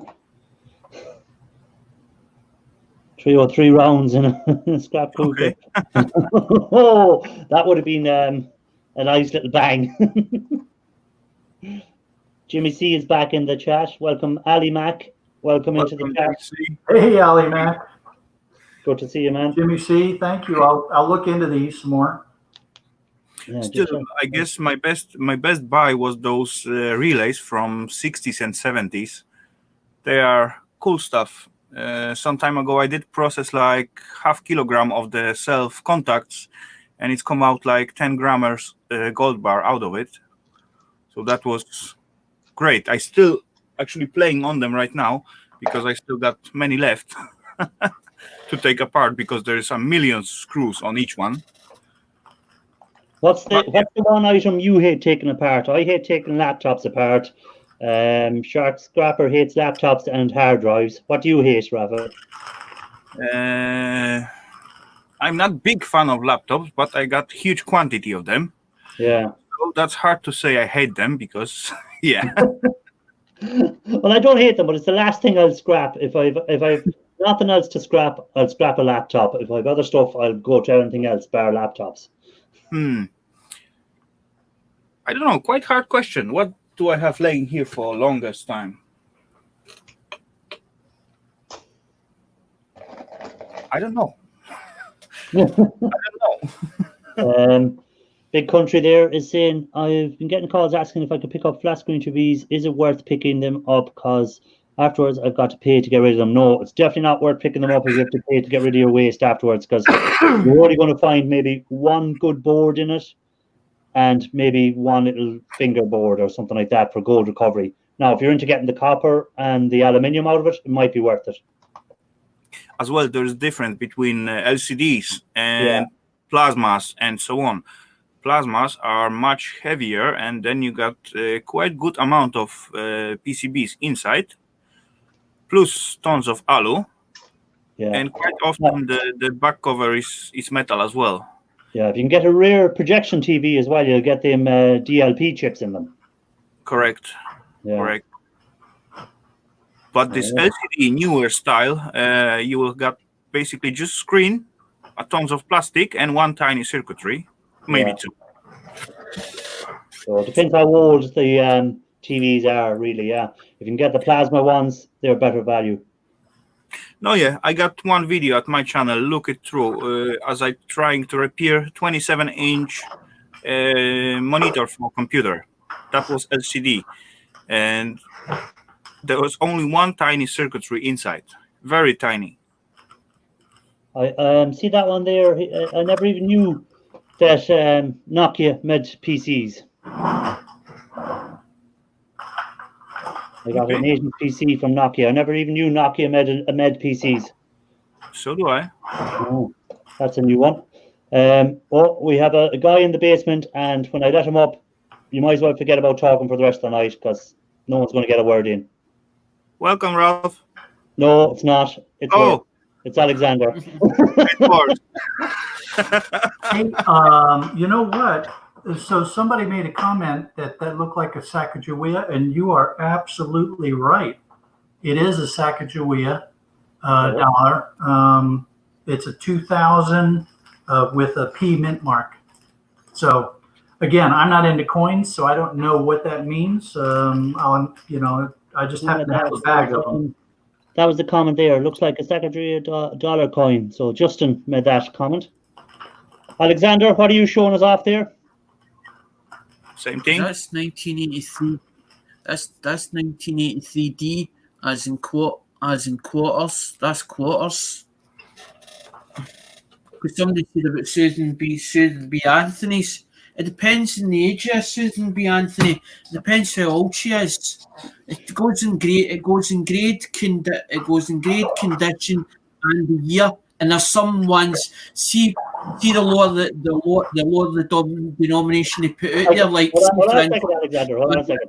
Because I don't think Scrapper can understand a word you're saying. He's just looking there and going, what is this person saying? It depends how many are done, as in produced. That's what makes it more. They make them more rare, as in the actual coin itself. There's a lot of bits and pieces into the coins that you've got to understand before you start thinking, well, they're worth a fortune. I'm only doing it because I want to join two communities together, as in the UK community and the USA community, because at the time I'd socially isolated myself, as in long before even this socialisation or whatever come along, as in before it even happened. So I wanted something to put on my channel, something different and unique. And the whole idea is I was getting money for the government, as in that they said that I was entitled to at the time. So what I'd done was, because I didn't smoke, I gave up smoking because of the leg. I wasn't going out drinking at the weekend.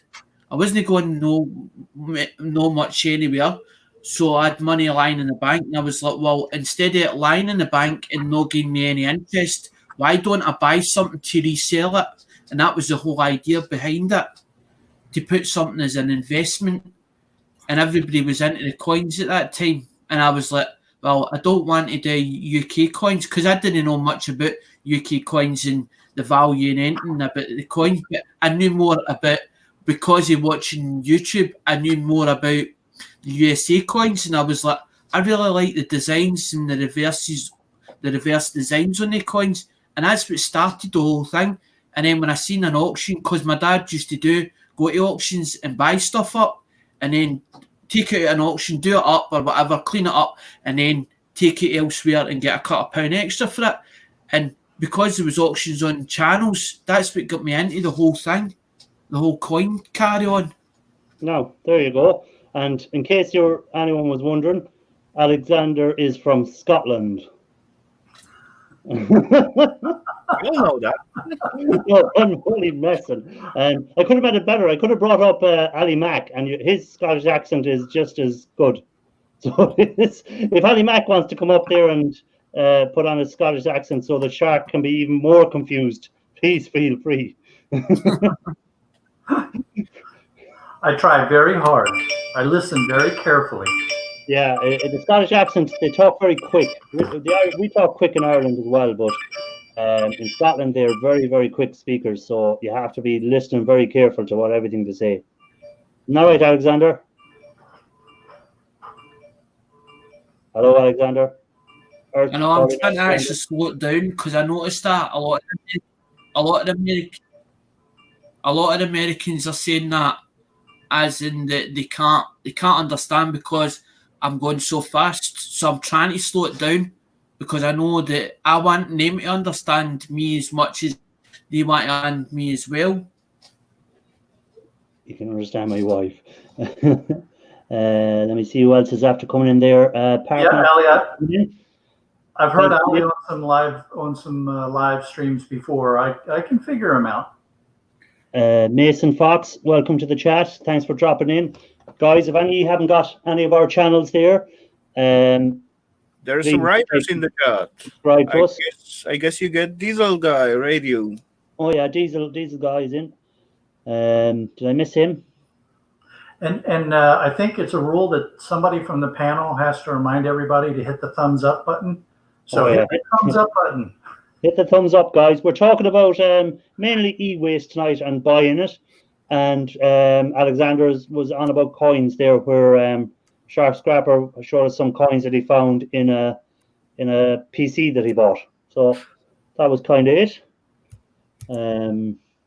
What's this? Uncirculated can be about $5. There we go. Coins can be about $5 value. There we go. So depends on the quality of the coin. Okay. I'm going to go with face value because, like I said, these were just not in any kind of wrapper or protective casing at all. They were just in a plastic bag stuffed inside a PC.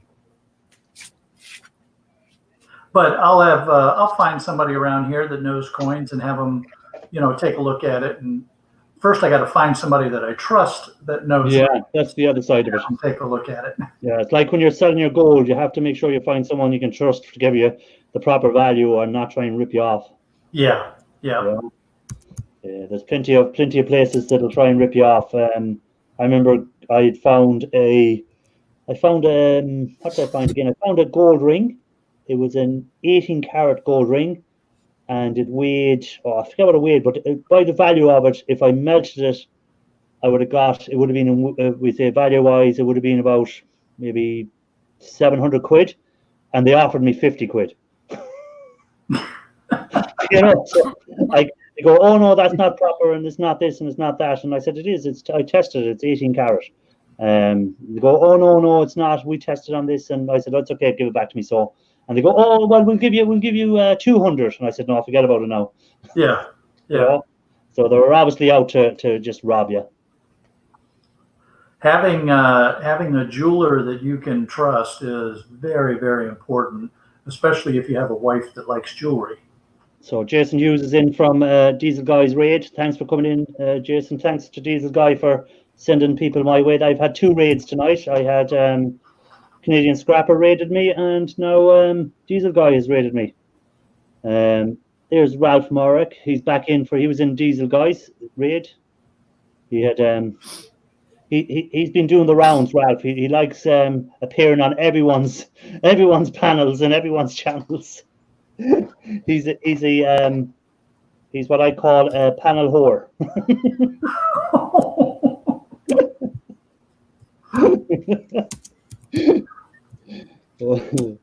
He might come up now in a minute and defend himself, but I don't know, will he? He might be wore out from all his panels.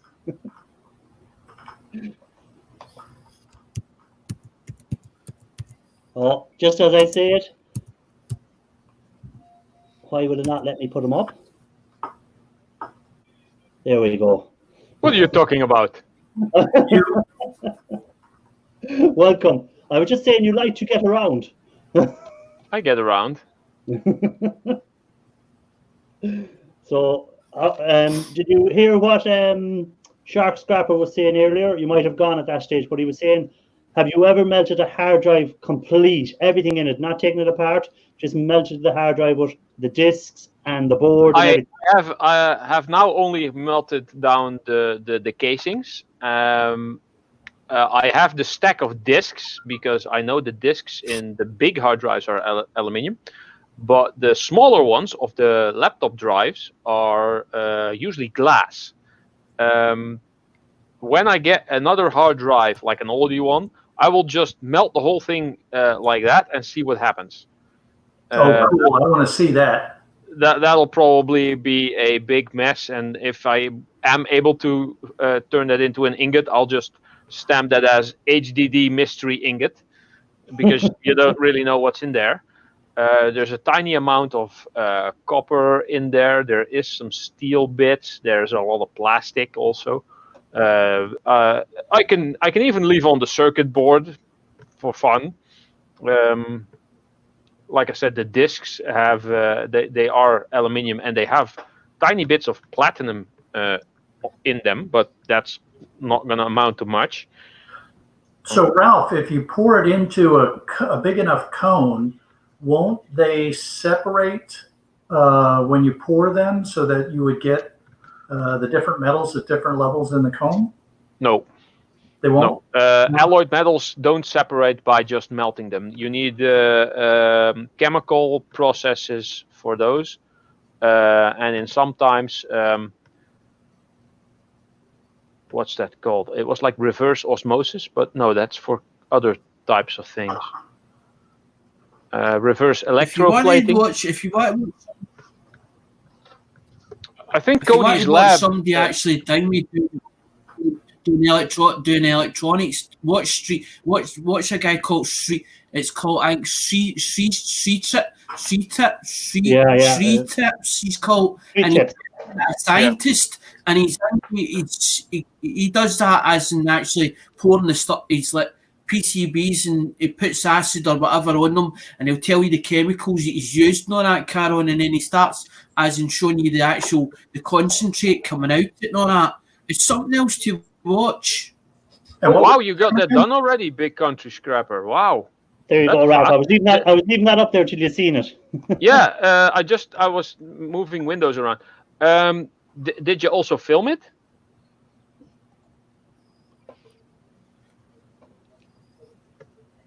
That would be quite cool to see if it was filmed as well. Jason Hughes is in the background watching.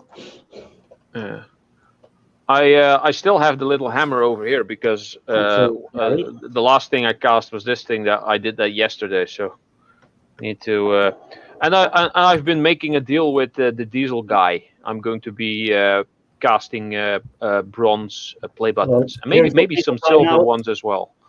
There's the diesel guy saying hello. Thanks for the raid, diesel guy. I appreciate you raiding me. It's good. Thanks a lot for that.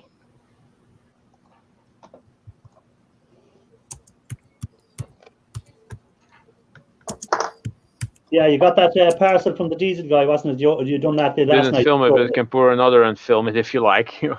Oh well, I just thought if you'd filmed it, then it would be cool to when I do the unboxing to have a little segment of video to be able to show, and to then like refer to your channel. would be kind of cool. And when I then do my video of making the hammer, then I can also put that in there. Maybe, I don't know. Just probably turn it into one big project. Oh, in case anyone was wondering who's up in the top right, that's the invisible scrapper. It's not Raphael, it's the invisible scrapper that's there. Ah. I am the invisible scrap. Invisible. He was sniffing some of the wrong fumes, and he's now invisible. Yeah. Hold on, Alexander, hold on. We'll make you bigger. There you go. Yep. WTF, Mike is in the chat. Thanks for dropping in, WTF. Good old. He's a good follower of a lot of channels. He's a good supporter of a lot of channels. It's great to have him in. Hello, Mike. Hello, Mike. Oh, that looks good, that coin. Oh, what this one is? Whose head is that? John F. Kennedy. Oh, okay. JFK, another good Irishman. What's the year on that one? That came out a proof set because Ding Me as in now I recognize him. Lemonhead, some of them off Lemonhead, and it was the ones that was, and he's like, he says it's only on the casing, it's slightly cracked, it was slightly cracked or a mark, and I hang me, and because it was so badly marked, I was like, I'm taking them out. It was only two of them, because when I bought stuff off of Lemonhead, it was like priority boxes, and they were actually slid into each other. So I don't know if they've been lying on top of each other when they'd been in transit, where it had happened in transit, or where it had happened before. But he definitely said it's not on the coin itself, Valet. There's no mark on the coin. It's a thing, mate. It's scratching in a plastic casing, in a casing, the proof casing. And usually I don't take proof sets out. Usually I leave them. I won't touch them. But it was because it was too badly marked. I was like, I don't like the look of that. I need to take them out. I put them into surprise packets and stuff into surprise packets. So that's what I'm trying to do. I'm trying to get something, a promotion. See, the thing is, some people have got this thing about donations, right? Now, when you say donations to somebody that's in the UK that's seen people with charity buckets and all the rest, that person thinks about a donation as in you're handing them a donation out of the goodness of your heart, right? So they don't know how to accept that. So my idea is to give them something back for their donation. And this is the whole idea. I don't want to feel like a charity case, or as in people's giving me money and I'm not giving them anything back in return. That's the whole idea of doing as in with the coins. But I want to keep some of the collection. I only want a certain amount or a certain number of coins, and that's it. I don't want a full load that's all the same date or the same year date. I'm going to take 79, 80, 81 and keep sort of them, and then whatever else I've got doubles or whatever, sell them off and turn them back into money, and then buy more coins for it, because that was the whole idea, to go back to the American community and say, right, I need more stock, and keep replenishing it. It gives me something to do, because I get this buzz out of searching for things that I love doing that part of it. It's not the selling it or the actual getting it or seeing it up close. It's the searching for something that somebody wants or you want, or you think that it's unique. It's something different to what she's doing. Poor WTF cannot understand a word you're saying at the moment. Yeah, that's what most people say. Yeah. I'm kind of used to him by now, so yeah. I can understand him. But I know anyone usually in America, they've an awful hard job understanding even the Irish accent, but the Scottish accent is just. Yeah, I get that too, but it's a little bit pain. But I do understand. It's hard listening, hard work. Yeah. Hey, I think I should drop down. We've got a thunderstorm going on here, and I may lose my internet. So rather than be rude and just disappear, I'm going Yeah, well, to. I'll be only on anyhow for another 5 minutes. I usually finish at 10 o'clock my time, which is 5 minutes time. So yeah, I'll be finishing up anyhow soon enough. But, Storms it's have not- effect not on the down, internet? that's fair enough. Wow. Yeah, I'm going to go have fun and watch the thunderstorm. Yeah. Okay. Thanks for dropping in, Shark, and keep looking for them bits of gold. Yeah, we'll see you all. There be gold in them there parts. Later, Sharky. But yeah. So I just Raphael, realized something. tomorrow? I haven't had dinner yet. I've been scrapping and being on panels. It's almost 11 p.m. over here. Haven't had dinner yet. Yeah, but sure, you've been. I seen you on I seen you on Recycle Dudes panel at what time today? About 6 o'clock. Yeah. And you've been on panel since. Yes, exactly. It's hard to get rid of Ralph. Yeah, I'm like a bad rash. So It's like WTF, Mike. It's like WFTF, Mike saying that, and it's hard to understand me. I get frustrated because it's like me speaking a different language or a foreign language, and me trying to understand, well, why are they not understanding me? What is Well, it that they can't hear or they can't pick up? well, you for a start, you make your sentences so long. You go on for about 30 seconds of a sentence, and where you could have done it in 10. You could have done it in 10 seconds, but you drag it out 30 seconds. Yes, and there's a slight stutter in there, so You have to slow things down. get repeated like 5 times. Yeah, and you have to. We say you have to. Where you're going to do a big sentence saying about that one there now when you were doing about the charity and the thing. All you say was, all I would have said was, oh well, if someone gives me a donation, I'll put them into a draw to get something back. There you go. Right? He's not even listening to me. You're something else, Alexander. That's all I can say. You're something He's else. also someone else. Yes. Anywho, I'm going to put something in the oven. I'll be right back. What's that? How long are you going to go for? By the way, are you going to? I might do another 10, 15 minutes, maybe. All right. So, Raphael, is your video coming out tomorrow on the chips? Is it? Yeah, that is the plan so far. I'm looking forward to seeing that. See how it turned out. But I do divide it into the sections, so that will be only explain what, where, why, and yeah, basically just technical stuff. But yeah. What you call saying? WTF said if he had a few drinks on him, he'd understand you perfectly. So he would. But See, the thing is, it doesn't help having the borderline autism spectrum disorder. That don't help either.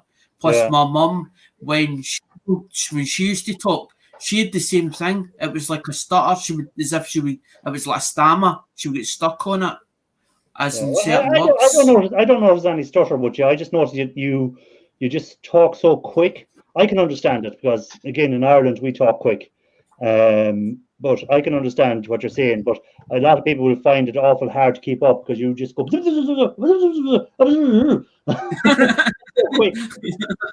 You can actually get lessons and have like a speech coach, and that might actually help you. And other people try to understand you. Hold on. We have another Scottish man coming up to defend him. Hold on. Here we are. What? Hello, Ali Mac. Not- Ali, There we what go. part of Scotland are you in? Me? Yeah. I'm in the north. And Alexander, what part of Scotland are you in? I'm Glasgow. I'm a Glasgow boy. I Yeah. was born in Dennis. He's I was closer born to in you. Dennis. Yeah, but I there's was born in I know Dennis. Dennis. I'm born in the main part. There's like Edinburgh.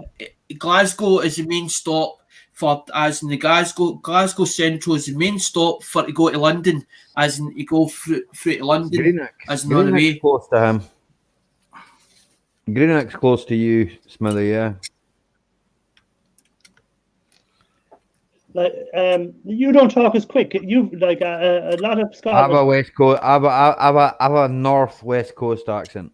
Yeah, you don't mixed talk with- quick.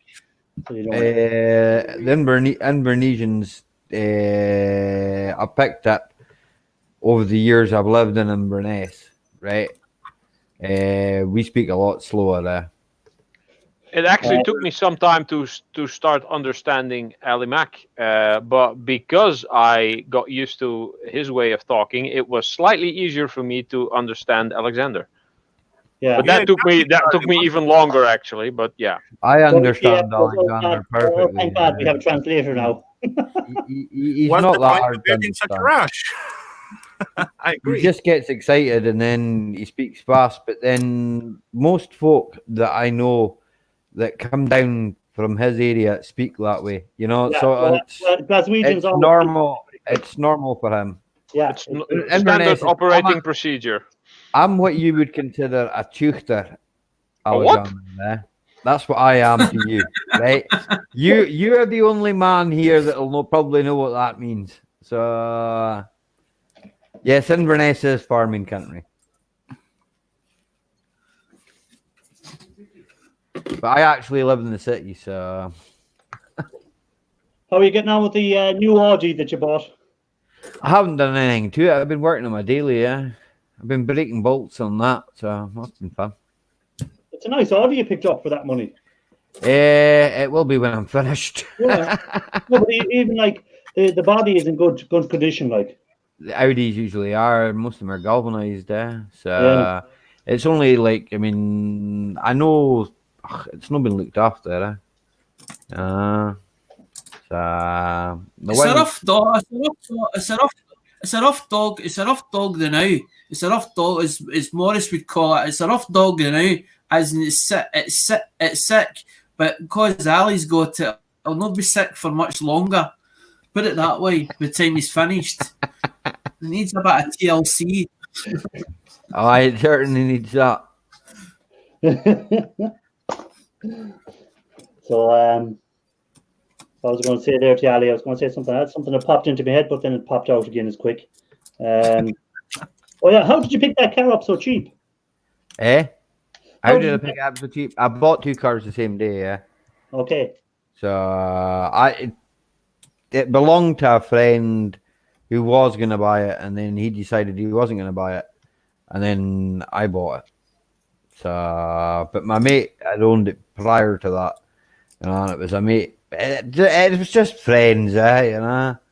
I bought it off my mate's mate, but he used to own it. You know, my mate used to own it, so Okay. I know. I kind of know the history of it, so I know that it wasn't looked after in the last year or so. So Kind of. yeah, I know that. So Partner says, Ali, you need a cordless impact. I have a cordless impact. I have a cordless impact. If anyone hasn't got, I'll show you. I'll Go on, show you Jim. in a video. Yeah, but I just want to say Captain Jack Scrapper is a new subscriber to my channel. He joined today, and he's I'm going checking out a few of his videos. He has a scrap channel as well. So if any of you guys want to show him a bit of support as well, he's a new one that I've come across. So he's got a channel as well. Yeah, he's a good guy. I know him as well. I didn't even know he existed till today. People can show him love, but what's happened is that you can't, as in the chat, you cannot go up to the 3 dots anymore. No, you can't. That's why I'm now doing this. I think you can still do it on. I think you can still do it on the computer, but you can't do it on the phone. No, you can't do it on No, the computer. you can't do it at all. All right, It's weird. I think, and I hope it's temporarily, but I'm not sure. There you go. Partner. There's a link. Kim Fife So done a video on it. there's a link As for, just the other day. If anyone wants to get him. Oh, Partners So must. Harkness has a E36 318i Beamer.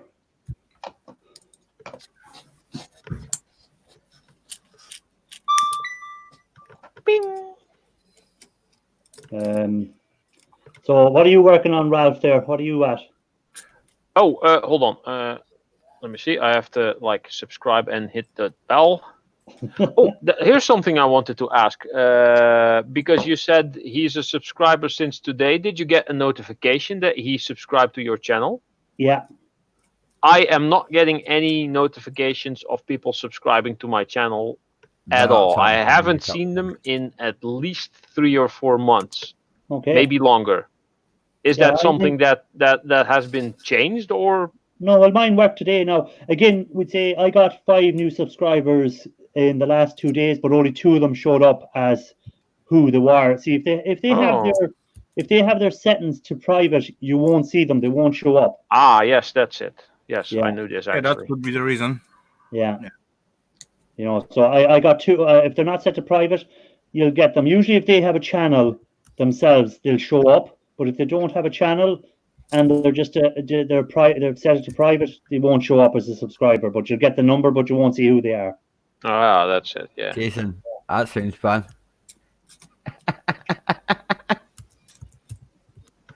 Oh, and Round what about I am some good what fun. I am working on was basically this. A lot of plastic. This was I You're think right, a Alex, I agree. steam mop, Petrol as some- well. Got you. and Underpowered. this is the interesting part that came out of it. It's a cast aluminium heating element, and the parts in there, other side, there, which look somewhat brassy, but they are not because they're magnetic. I will probably melt the aluminium off of this. Mate, that's class. What have I missed in there? I missed something.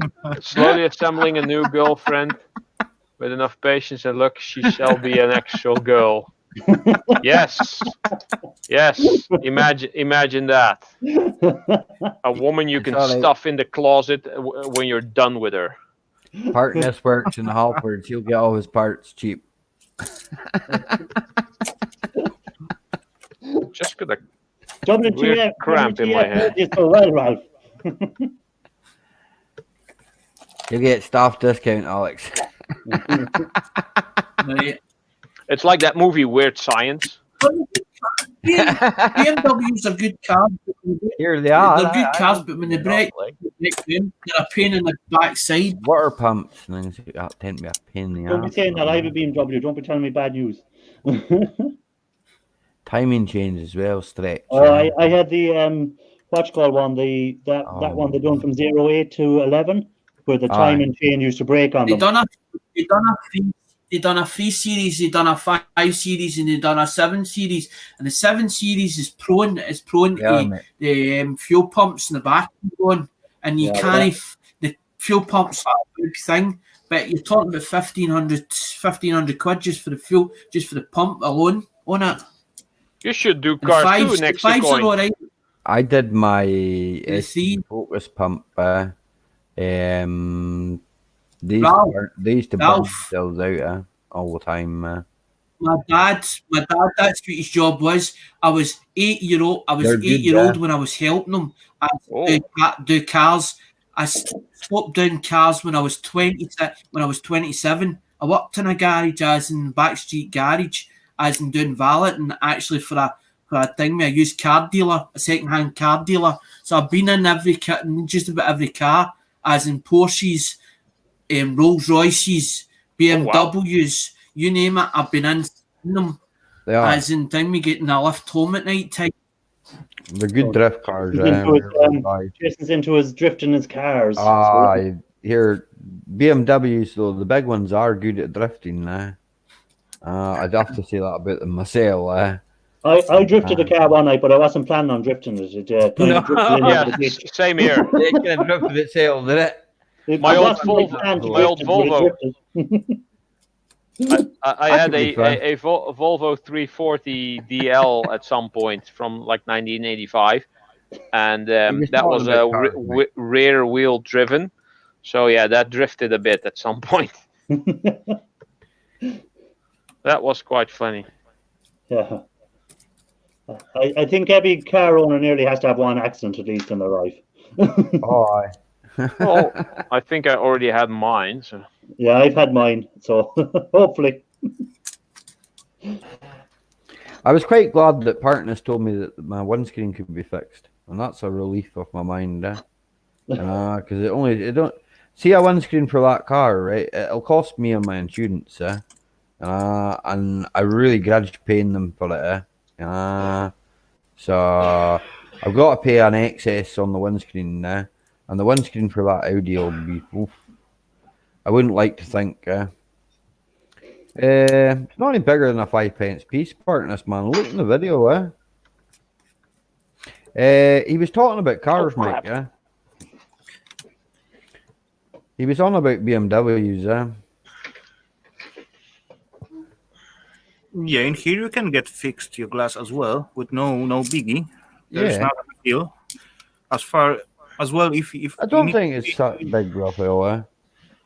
no, it doesn't cost even so much, but it got to be at a certain distance from the self corner, you know. Yeah, it's over here. It's for like yearly inspection. If there's a crack in the windscreen within so many centimeters of the driver's space, and it's so big, it's a new windscreen. And in a car of that age, it's 16-year-old. Is it worth a new windscreen? You got to ask yourself these things. I mean, I'm doing it up, and my respect, I mean, a windscreen will cost me about 80 quid to my insurance, right? But do I really want to pay £80 to my insurance if it can be repaired? The repair might cost me 40 to 50 quid. The repairs aren't expensive. if you do them yourself, they're not that expensive indeed. It's just under a 5p piece, partners. It hasn't started to spread yet because it's gone through winter.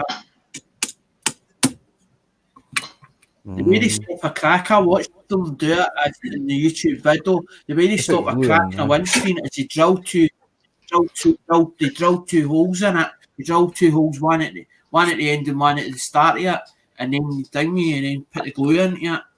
That's not too bad, partners. I could pay that. I wouldn't mind that. £25. See, my excess just now is I think it's about 70 for a new windscreen. I think it's about 70 or 80. I can't really justify £80 on a windscreen. Yeah, I've seen this liquid being advertised on Facebook, where they just poured it on the crack on the window or on the little hole, and this thing within 10 minutes it was gone. Whatever it was. It's just what it is, right? He's been driving too close behind a truck. It's just a wee stone that's bounced up. It happened to me. It was my mate. It happened to. So I know how it got there. It's annoying. It's been through a couple of MOTs like that. But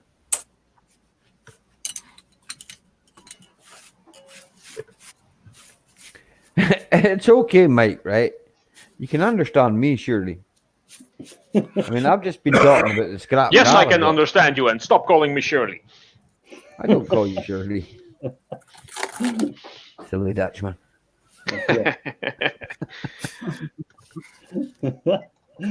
WTF is on the ball again. Just don't go to Glasgow, right? Because you won't understand the Glasgowians. Glasgowians. And they'll give you a Glasgow kiss if you're not careful. What planet are you from? I'm from Glasgow. We are the Glasgowians. We come in peace, shoot to kill. Okay, the wrong side of... Tina's shouting about a Glasgow kiss. Smelly, a Glasgow kiss. Yeah. WTF, if you go to Glasgow, ask for the kiss. No, ask for a whiskey. They say you want a whiskey. Don't forget to kiss Barney Stone or something. Or was that Irish? In Ireland. Yeah, that was Irish. Do you reckon I look like Rob C. Nesbitt and Smithy? No, my glasses on, man. Nah, surely. No, but that's the way they think about as you say Glasgow. People think about Billy Connolly. Billy Connolly is a good, but then Billy Connolly came away from Glasgow, right, and learnt that you kind of had to slow down speak to people, you know. I love that guy's accent. Uh, He does some stand up as well, or did some stand up. Well, he's retired now from the stand-ups. He's Parkinson's disease now, doesn't he? Oh, really? Yeah. Dang, I He didn't was know. in, he, that does sound good. he used to play the banjo. He used to play the, he Yeah, used to he play the played banjo, banjo. aye. That's what he was famous. He was a folk singer, eh? And he would go into different. He was in the Hobbit movie He got it as different- well. Yes, but he was a folk singer long before he was Yeah, famous. I know. And he was a welder. Was And he a welder? he played. Or a welder's mate. All right, never knew that. Aye, there was a documentary on him. He played Paul Walker's father in the movie Timeline. I live in Not Scotland. a bad eh? movie.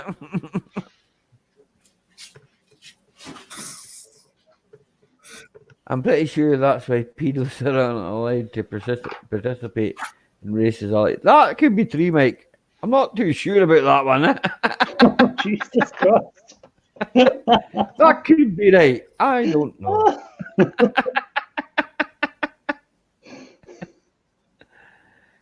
Oh my God. But I'm sure that. Aye, transit reason. Still That's the best I'm one. sure- Transit.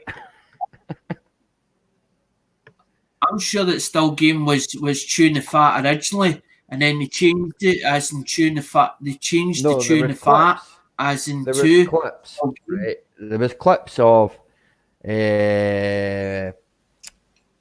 Still Game in Tune the Fat. It was written by the same people. You know, Aye. so Exactly. there's your answer. Right? There you go. Now that's a Scottish comedy, guys, right? I don't know if he's ever watched it. No, I never watched it, no. It's well, you Mrs. Brown's Boys. You ever watched that? Yeah. That's a British comedy. No, right? it's an Irish Oh, comedy. an Irish comedy. Sorry, I apologise. I apologise. Right? That's a bit like him saying Rabsy Knives is an English comedy, yeah? I do apologise. Right? Okay. Well, what was I saying? I've forgotten where I was. You were going to tell us about the Scottish comedy. Aye, well, it's just like a Scottish comedy, yeah. It's like Mrs. Brown's Boys, except it's about old men that really are retired, and all they do is go down the pub and complain. And it's two old men, basically, Jack and Victor, that live next door to each other, and they annoy the death out of each other, eh? But they're best What's to it called mates. again? Still Game, eh? All right, I'll have to look that up. Oh, online. there's a few good Scottish actors in it, eh? Hello, Ian Matthews. How They you brought doing? up Craig. They brought up Craig Lang Craig for most Lang, of their aye. life, and they're talking about Craig Lang as in Craig Lang shite as in because as in Hold on. Why is Ian Matthews not in bed? I was exactly just about to say that. Why is He Ian probably Matthews not was in bed? Probably in bed, going like. Yeah, someone please make sure Ian has gone to bed. It's past his bedtime. Yes. Aye, that English comedian Billy Connolly is quite funny, yeah. Yearman. I forget things very easily. See, Yeah. he is in bed. I don't watch a lot of telly, yeah. I don't watch a lot of telly. My wife does, and it might happen to be on, and I'll be on my phone or my computer. There's stuff on the telly right now, you know. Ian Matthews, Yeah. if you have not hit the thumbs up before you go to sleep, I'll be very upset. Oh, he would hit the thumbs up on the way in. I would have Well, I thought. don't know. He's very forgetful now with his old age. He's a vet. He's Yeah, a vet. He's especially a when he's veteran. tired. Yeah, he'd be He's a nodding off veteran. now in the bed. You see, he'd have got his cup of cocoa and he'd be heading to Noddyland. Speaking of old men, there's Dirt Rider.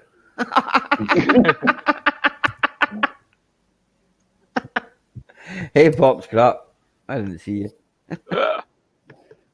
Pop Scrap is still in the chat. Good to see him. Another fellow Irishman. This could be no joke. A Scottish man, an Irish man, a Dutch man, and Two Scottish men. two Scotsmen and an Irishman went into a pub. Father I was Ted. just That's saying there- that was a good Irish. That was a good Irish one. Father Ted. Yeah, Oh, I was remember brilliant. Father Ted. Oh. I think we had that Yeah. over here. That Father was Ted was quite brilliant. funny. That was brilliant. Yeah. Me and There my we mate. go. That's more like it for Ian, his single malt. Nothing wrong with that. Don't threaten it with water, man. For heaven's sake. Are you I threatening was me? just saying earlier today on what was it? What panel was I on? I was on Recycle Dudes. I was just saying I never thought I'd see the day that I'd be putting more alcohol into my hands than I was putting into my mouth. Yeah. Yeah. It's gone that bad. More alcohol makes it onto my hand now than it does into my mouth. It's mad. We live in strange times. We do live in strange times. We are making history as we go along. Yep. It's all made up. The future is not set. Fate is what we make for ourselves. There might be a lot more people scrapping after this because they might be needing extra cash. Well, you never know. Might make things a bit harder. I don't think it's going to make things any easier anyway. Nope. WTF goes, this is starting to sound like a joke, a bad joke.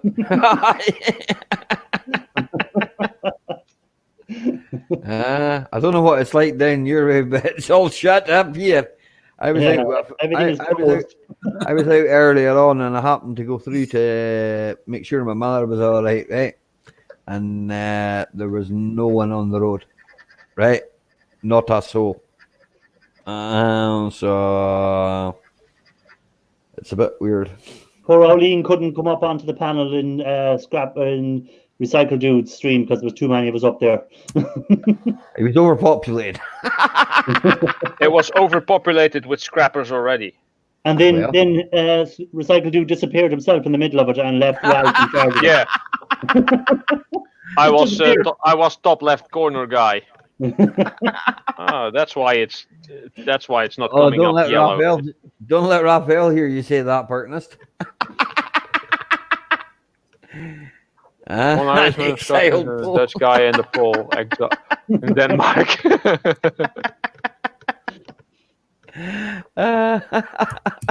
Reminds me of Star Wars. Into exile go I must. Into exile I must go. Go into exile I must go. No? Into exile I must go. I might well tell an all Irish joke. What's the difference between an Irish wedding and an Irish funeral? I don't know.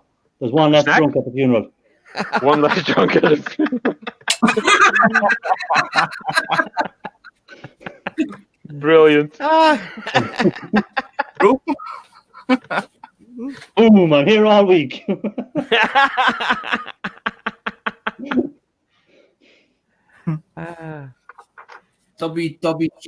Yeah, then he took down the street. Then he took down the stream. Oh, what a shame! Yeah, the stream went down a bit later when everybody hopped off. Yeah. Yeah. I was on there with who was on there with I don't remember. Shark Scrapper dropped off. I don't know. We were all on there at some point. True. Doesn't really matter. Yeah. Everyone was up there at some stage. Yeah, he actually messaged me privately to help him There's to a- get the stream started. It's the way I Took a tell while, them. though. Tommy Cooper.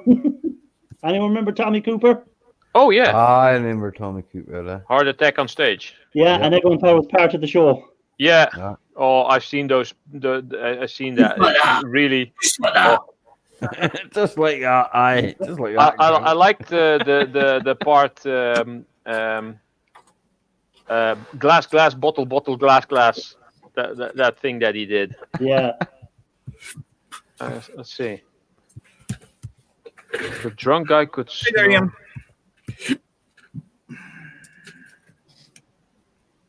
What on Jeanette P stream? What? I Carson said actually. that. I thought it was Tommy Cooper said that. I thought Tommy Cooper said it, not Frank Carson. Maybe I'm wrong.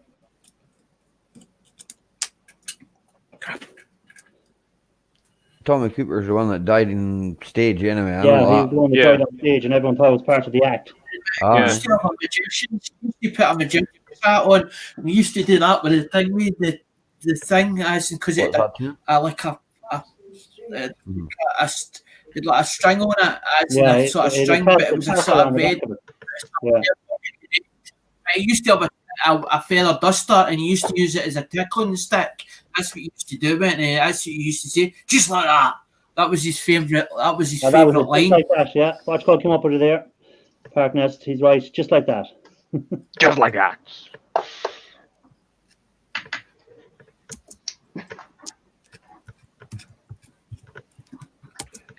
Not like that. What's Raphael laughing to himself about? I just read in the chat. He's reading the chat. Ian snuggled up in his shed under his blanket. Aye, for the night. Did, His you wife catch will give him a them, cup of tea did in that the mouse morning. move out of his shed yet, or is he still... Oh, Right it's, there. it's gone, man. The mouse is away. What's he going to stay in an old drunk shed for? It's cold. He drives a Volvo, for heaven's sake. When that He was probably fed up with listening to Ian talking, so he just had to leave. I used to drive a Volvo. Not with knockered suspension. No, that's true. Mine had like leaf springs under there. Yeah, like, it was probably built a lot better, and it didn't involve Ford. a meter 25 leaf springs. Too bad Yeah. the thing got scrapped Because- before I knew because- that leaf oh. springs make very good knives and swords if you forge those. Ralph, Yeah, true. because back then, right, they made proper Volvos. They were made in Exactly. Sweden, right? It was They made weren't in made, they weren't 85, I made think. by Ford, right? Yeah. Okay, the problem is when Ford went like, look, let's put some money into Volvo and help them out, and we'll take so much of your company, I think that's what knackered Volvo. They made a lot of bad decisions. We bought Oh, one yeah. for we bought one for 300. We bought one for 3. What did we pay for that? 320. We paid 320 for that thing. I paid. And then we used that until the brakes were nearly done in it, as in 740 PLE. The Sports 7 Volvo. seater He's having a midlife crisis. It's a Volvo. sports Volvo. Ian, it's a bit late for a midlife crisis, mate. I think I'm in the middle of mine. So WTF was asking me, did I answer the main question of tonight? And my answer was, it's not worth buying it if you're buying it off eBay, but if you can do like what Raphael does and buys it in the scrapyard, it's worth buying. But if you're buying it off other people, they just charge too much. You know, the scrapyard is the only place to buy the e-waste. If they sell it to you, at least you'll make some money out of it. But if you're buying it off eBay or you're buying it off other people, partners. they just price it too high. Yep. I just got a whole load of e-waste and stuff for free from a customer that I had when I was still the cable guy. He just called me up and said, I have some power supplies and some monitors. Would you like them? I said, yes, sure. When I came there, it was a trailer load full of crap. Okay. Can anyone see where that voice is coming from? It's from the chair that has no one in. The invisible scrapper. I am the invisible scrap. Ooh, that's hot. It's come from this little guy on the bed. On the It's Scrappy McCopper balls. Copper balls. Yeah, I know. I've seen it, partners. I've seen it. I've seen him I've seen him draining it of water and welding it up, and going. Oh, I've got an MOT. Oh no! I don't have to have an MOT now because I've got an extension. It was quite funny, actually. Yeah. My car recently had MOT done, and I asked them if they had any wheel weights left, but apparently they just threw them away like a week before. Dang it. So the invisible scrapper's back. Yeah, she's just Yes. taking your With work's food. wrong. What do we have? Your work's wrong. Pepperoni pizza It baguettes. looks good, eh? Looks Yeah. It does look good, but it's too late at night for me. Like, I don't care. I can eat whenever, whatever. I'm good. yeah, you don't have that problem. I've had indigestion or heartburn all night. I wouldn't be able to sleep. That'd be the same. I've never had heartburn. You're lucky. Not yet. He Well, hasn't yet. do you drink milk? No. No, Exactly. That's why you get heartburn. I can't. I'm lactose intolerant. I can't take milk at all. So Oh yeah, you're lactose intolerant, are you? Aye, I drink black tea, Oh, that black sucks. coffee. If I had to choose I don't one really liquid, eat cake or anything like that either. I don't eat chocolate.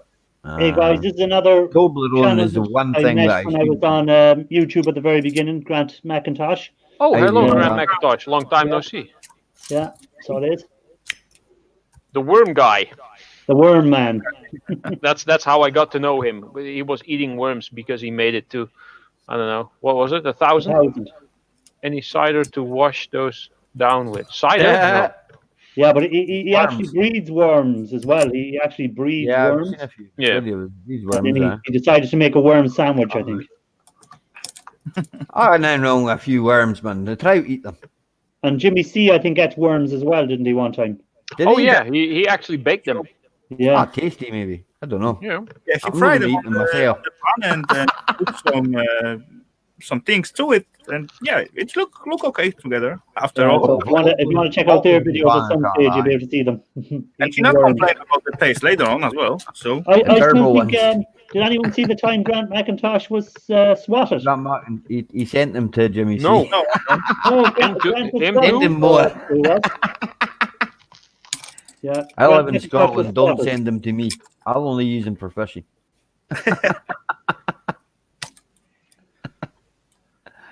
Yeah, they'll Grant live a was very doing short Grant life. was doing a live one night and he got swatted.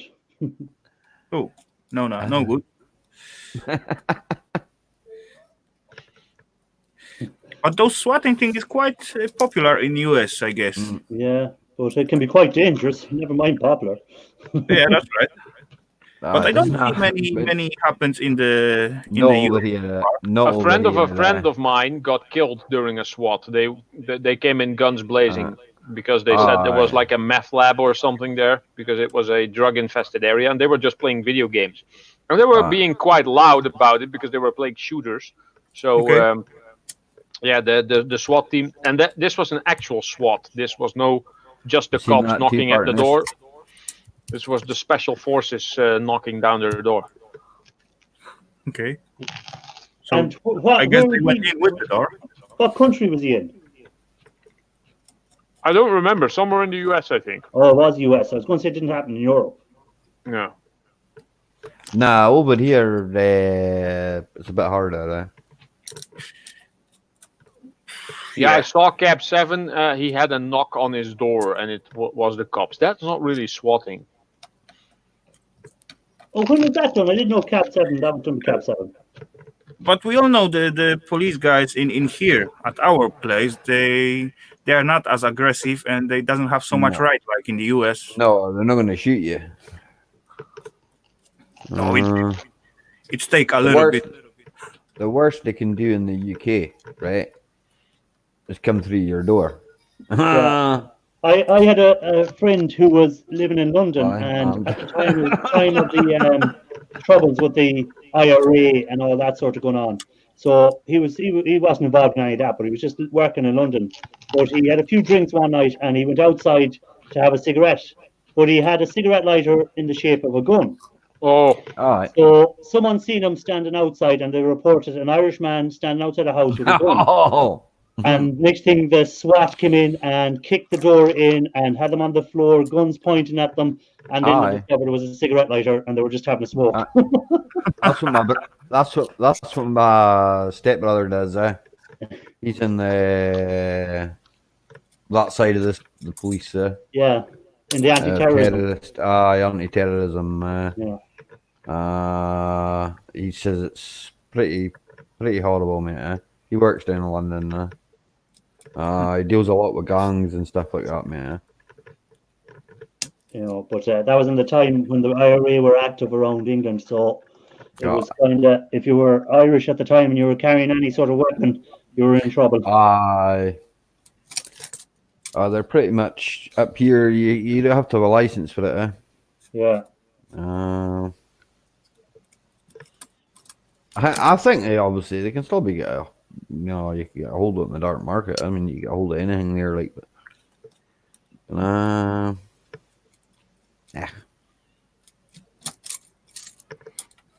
Yeah, YouTube isn't promoting your video, Grant. The worms are passing out your video.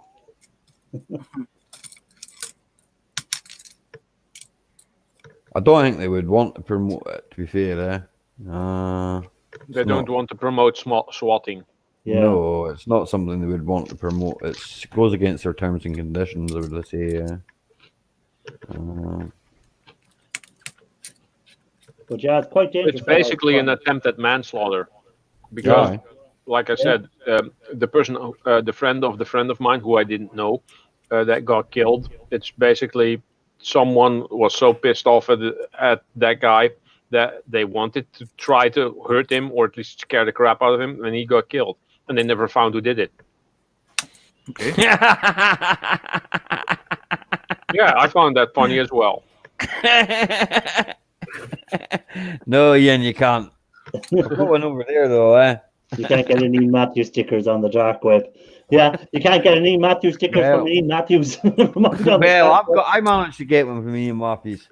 Hey, I got a limited. and you know what? One. The stickers are better than the Volvo. I got a limited edition Ian Matthews sticker. I don't know. They're over there somewhere. They're better than his Volvo anyway. Yeah, the stickers and the grinder is too. It works. I tried it out today. Oh, he sent you a grinder, did he? I got a grinder and I got discs of him. I got sanding discs of him. I got a whole heap of stuff of him. I think he tried sending the dodgy grinders to Snobby Scrap Picker, didn't he? I sent Snobby one as well. Yeah, I think he sent the dodgy ones to him. He sent him the one with the guard. He sent me one with my guard. Oh, you got one with a guard. He must have been too dangerous to give it. No, what he thought was that'll come in handy, so Ollie doesn't get the bit of grit in his face, you know. That was very, very helpful, you know. Like I say, I used it today. I'll probably be using it again tomorrow. He sent Ricky D a load of a brand new grinding discs. Aye. You usually see Ricky do a lot of Ricky on Facebook, as in Ricky Dove's stuff, because Ricky Dove's pal away, Ian Matthews, the same as Big Paul Meadows, and then you'd get Dingme, and then you'd get somebody else. I can't even. Somebody else who knows. Oh,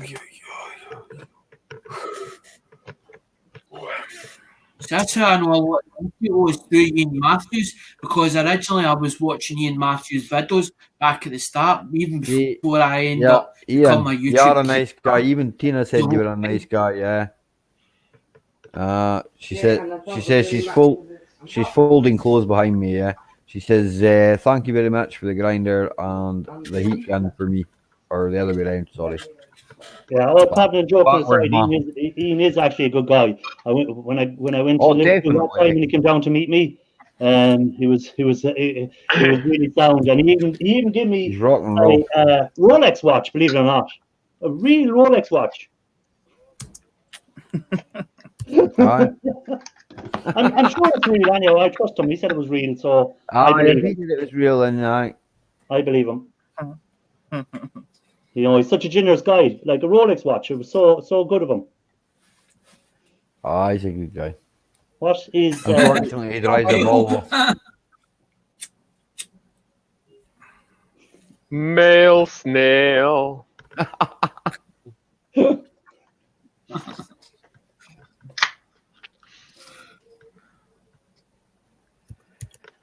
Right, guys, I think I'm going to jump down. The wife's like folding clothes behind me. That's my sign.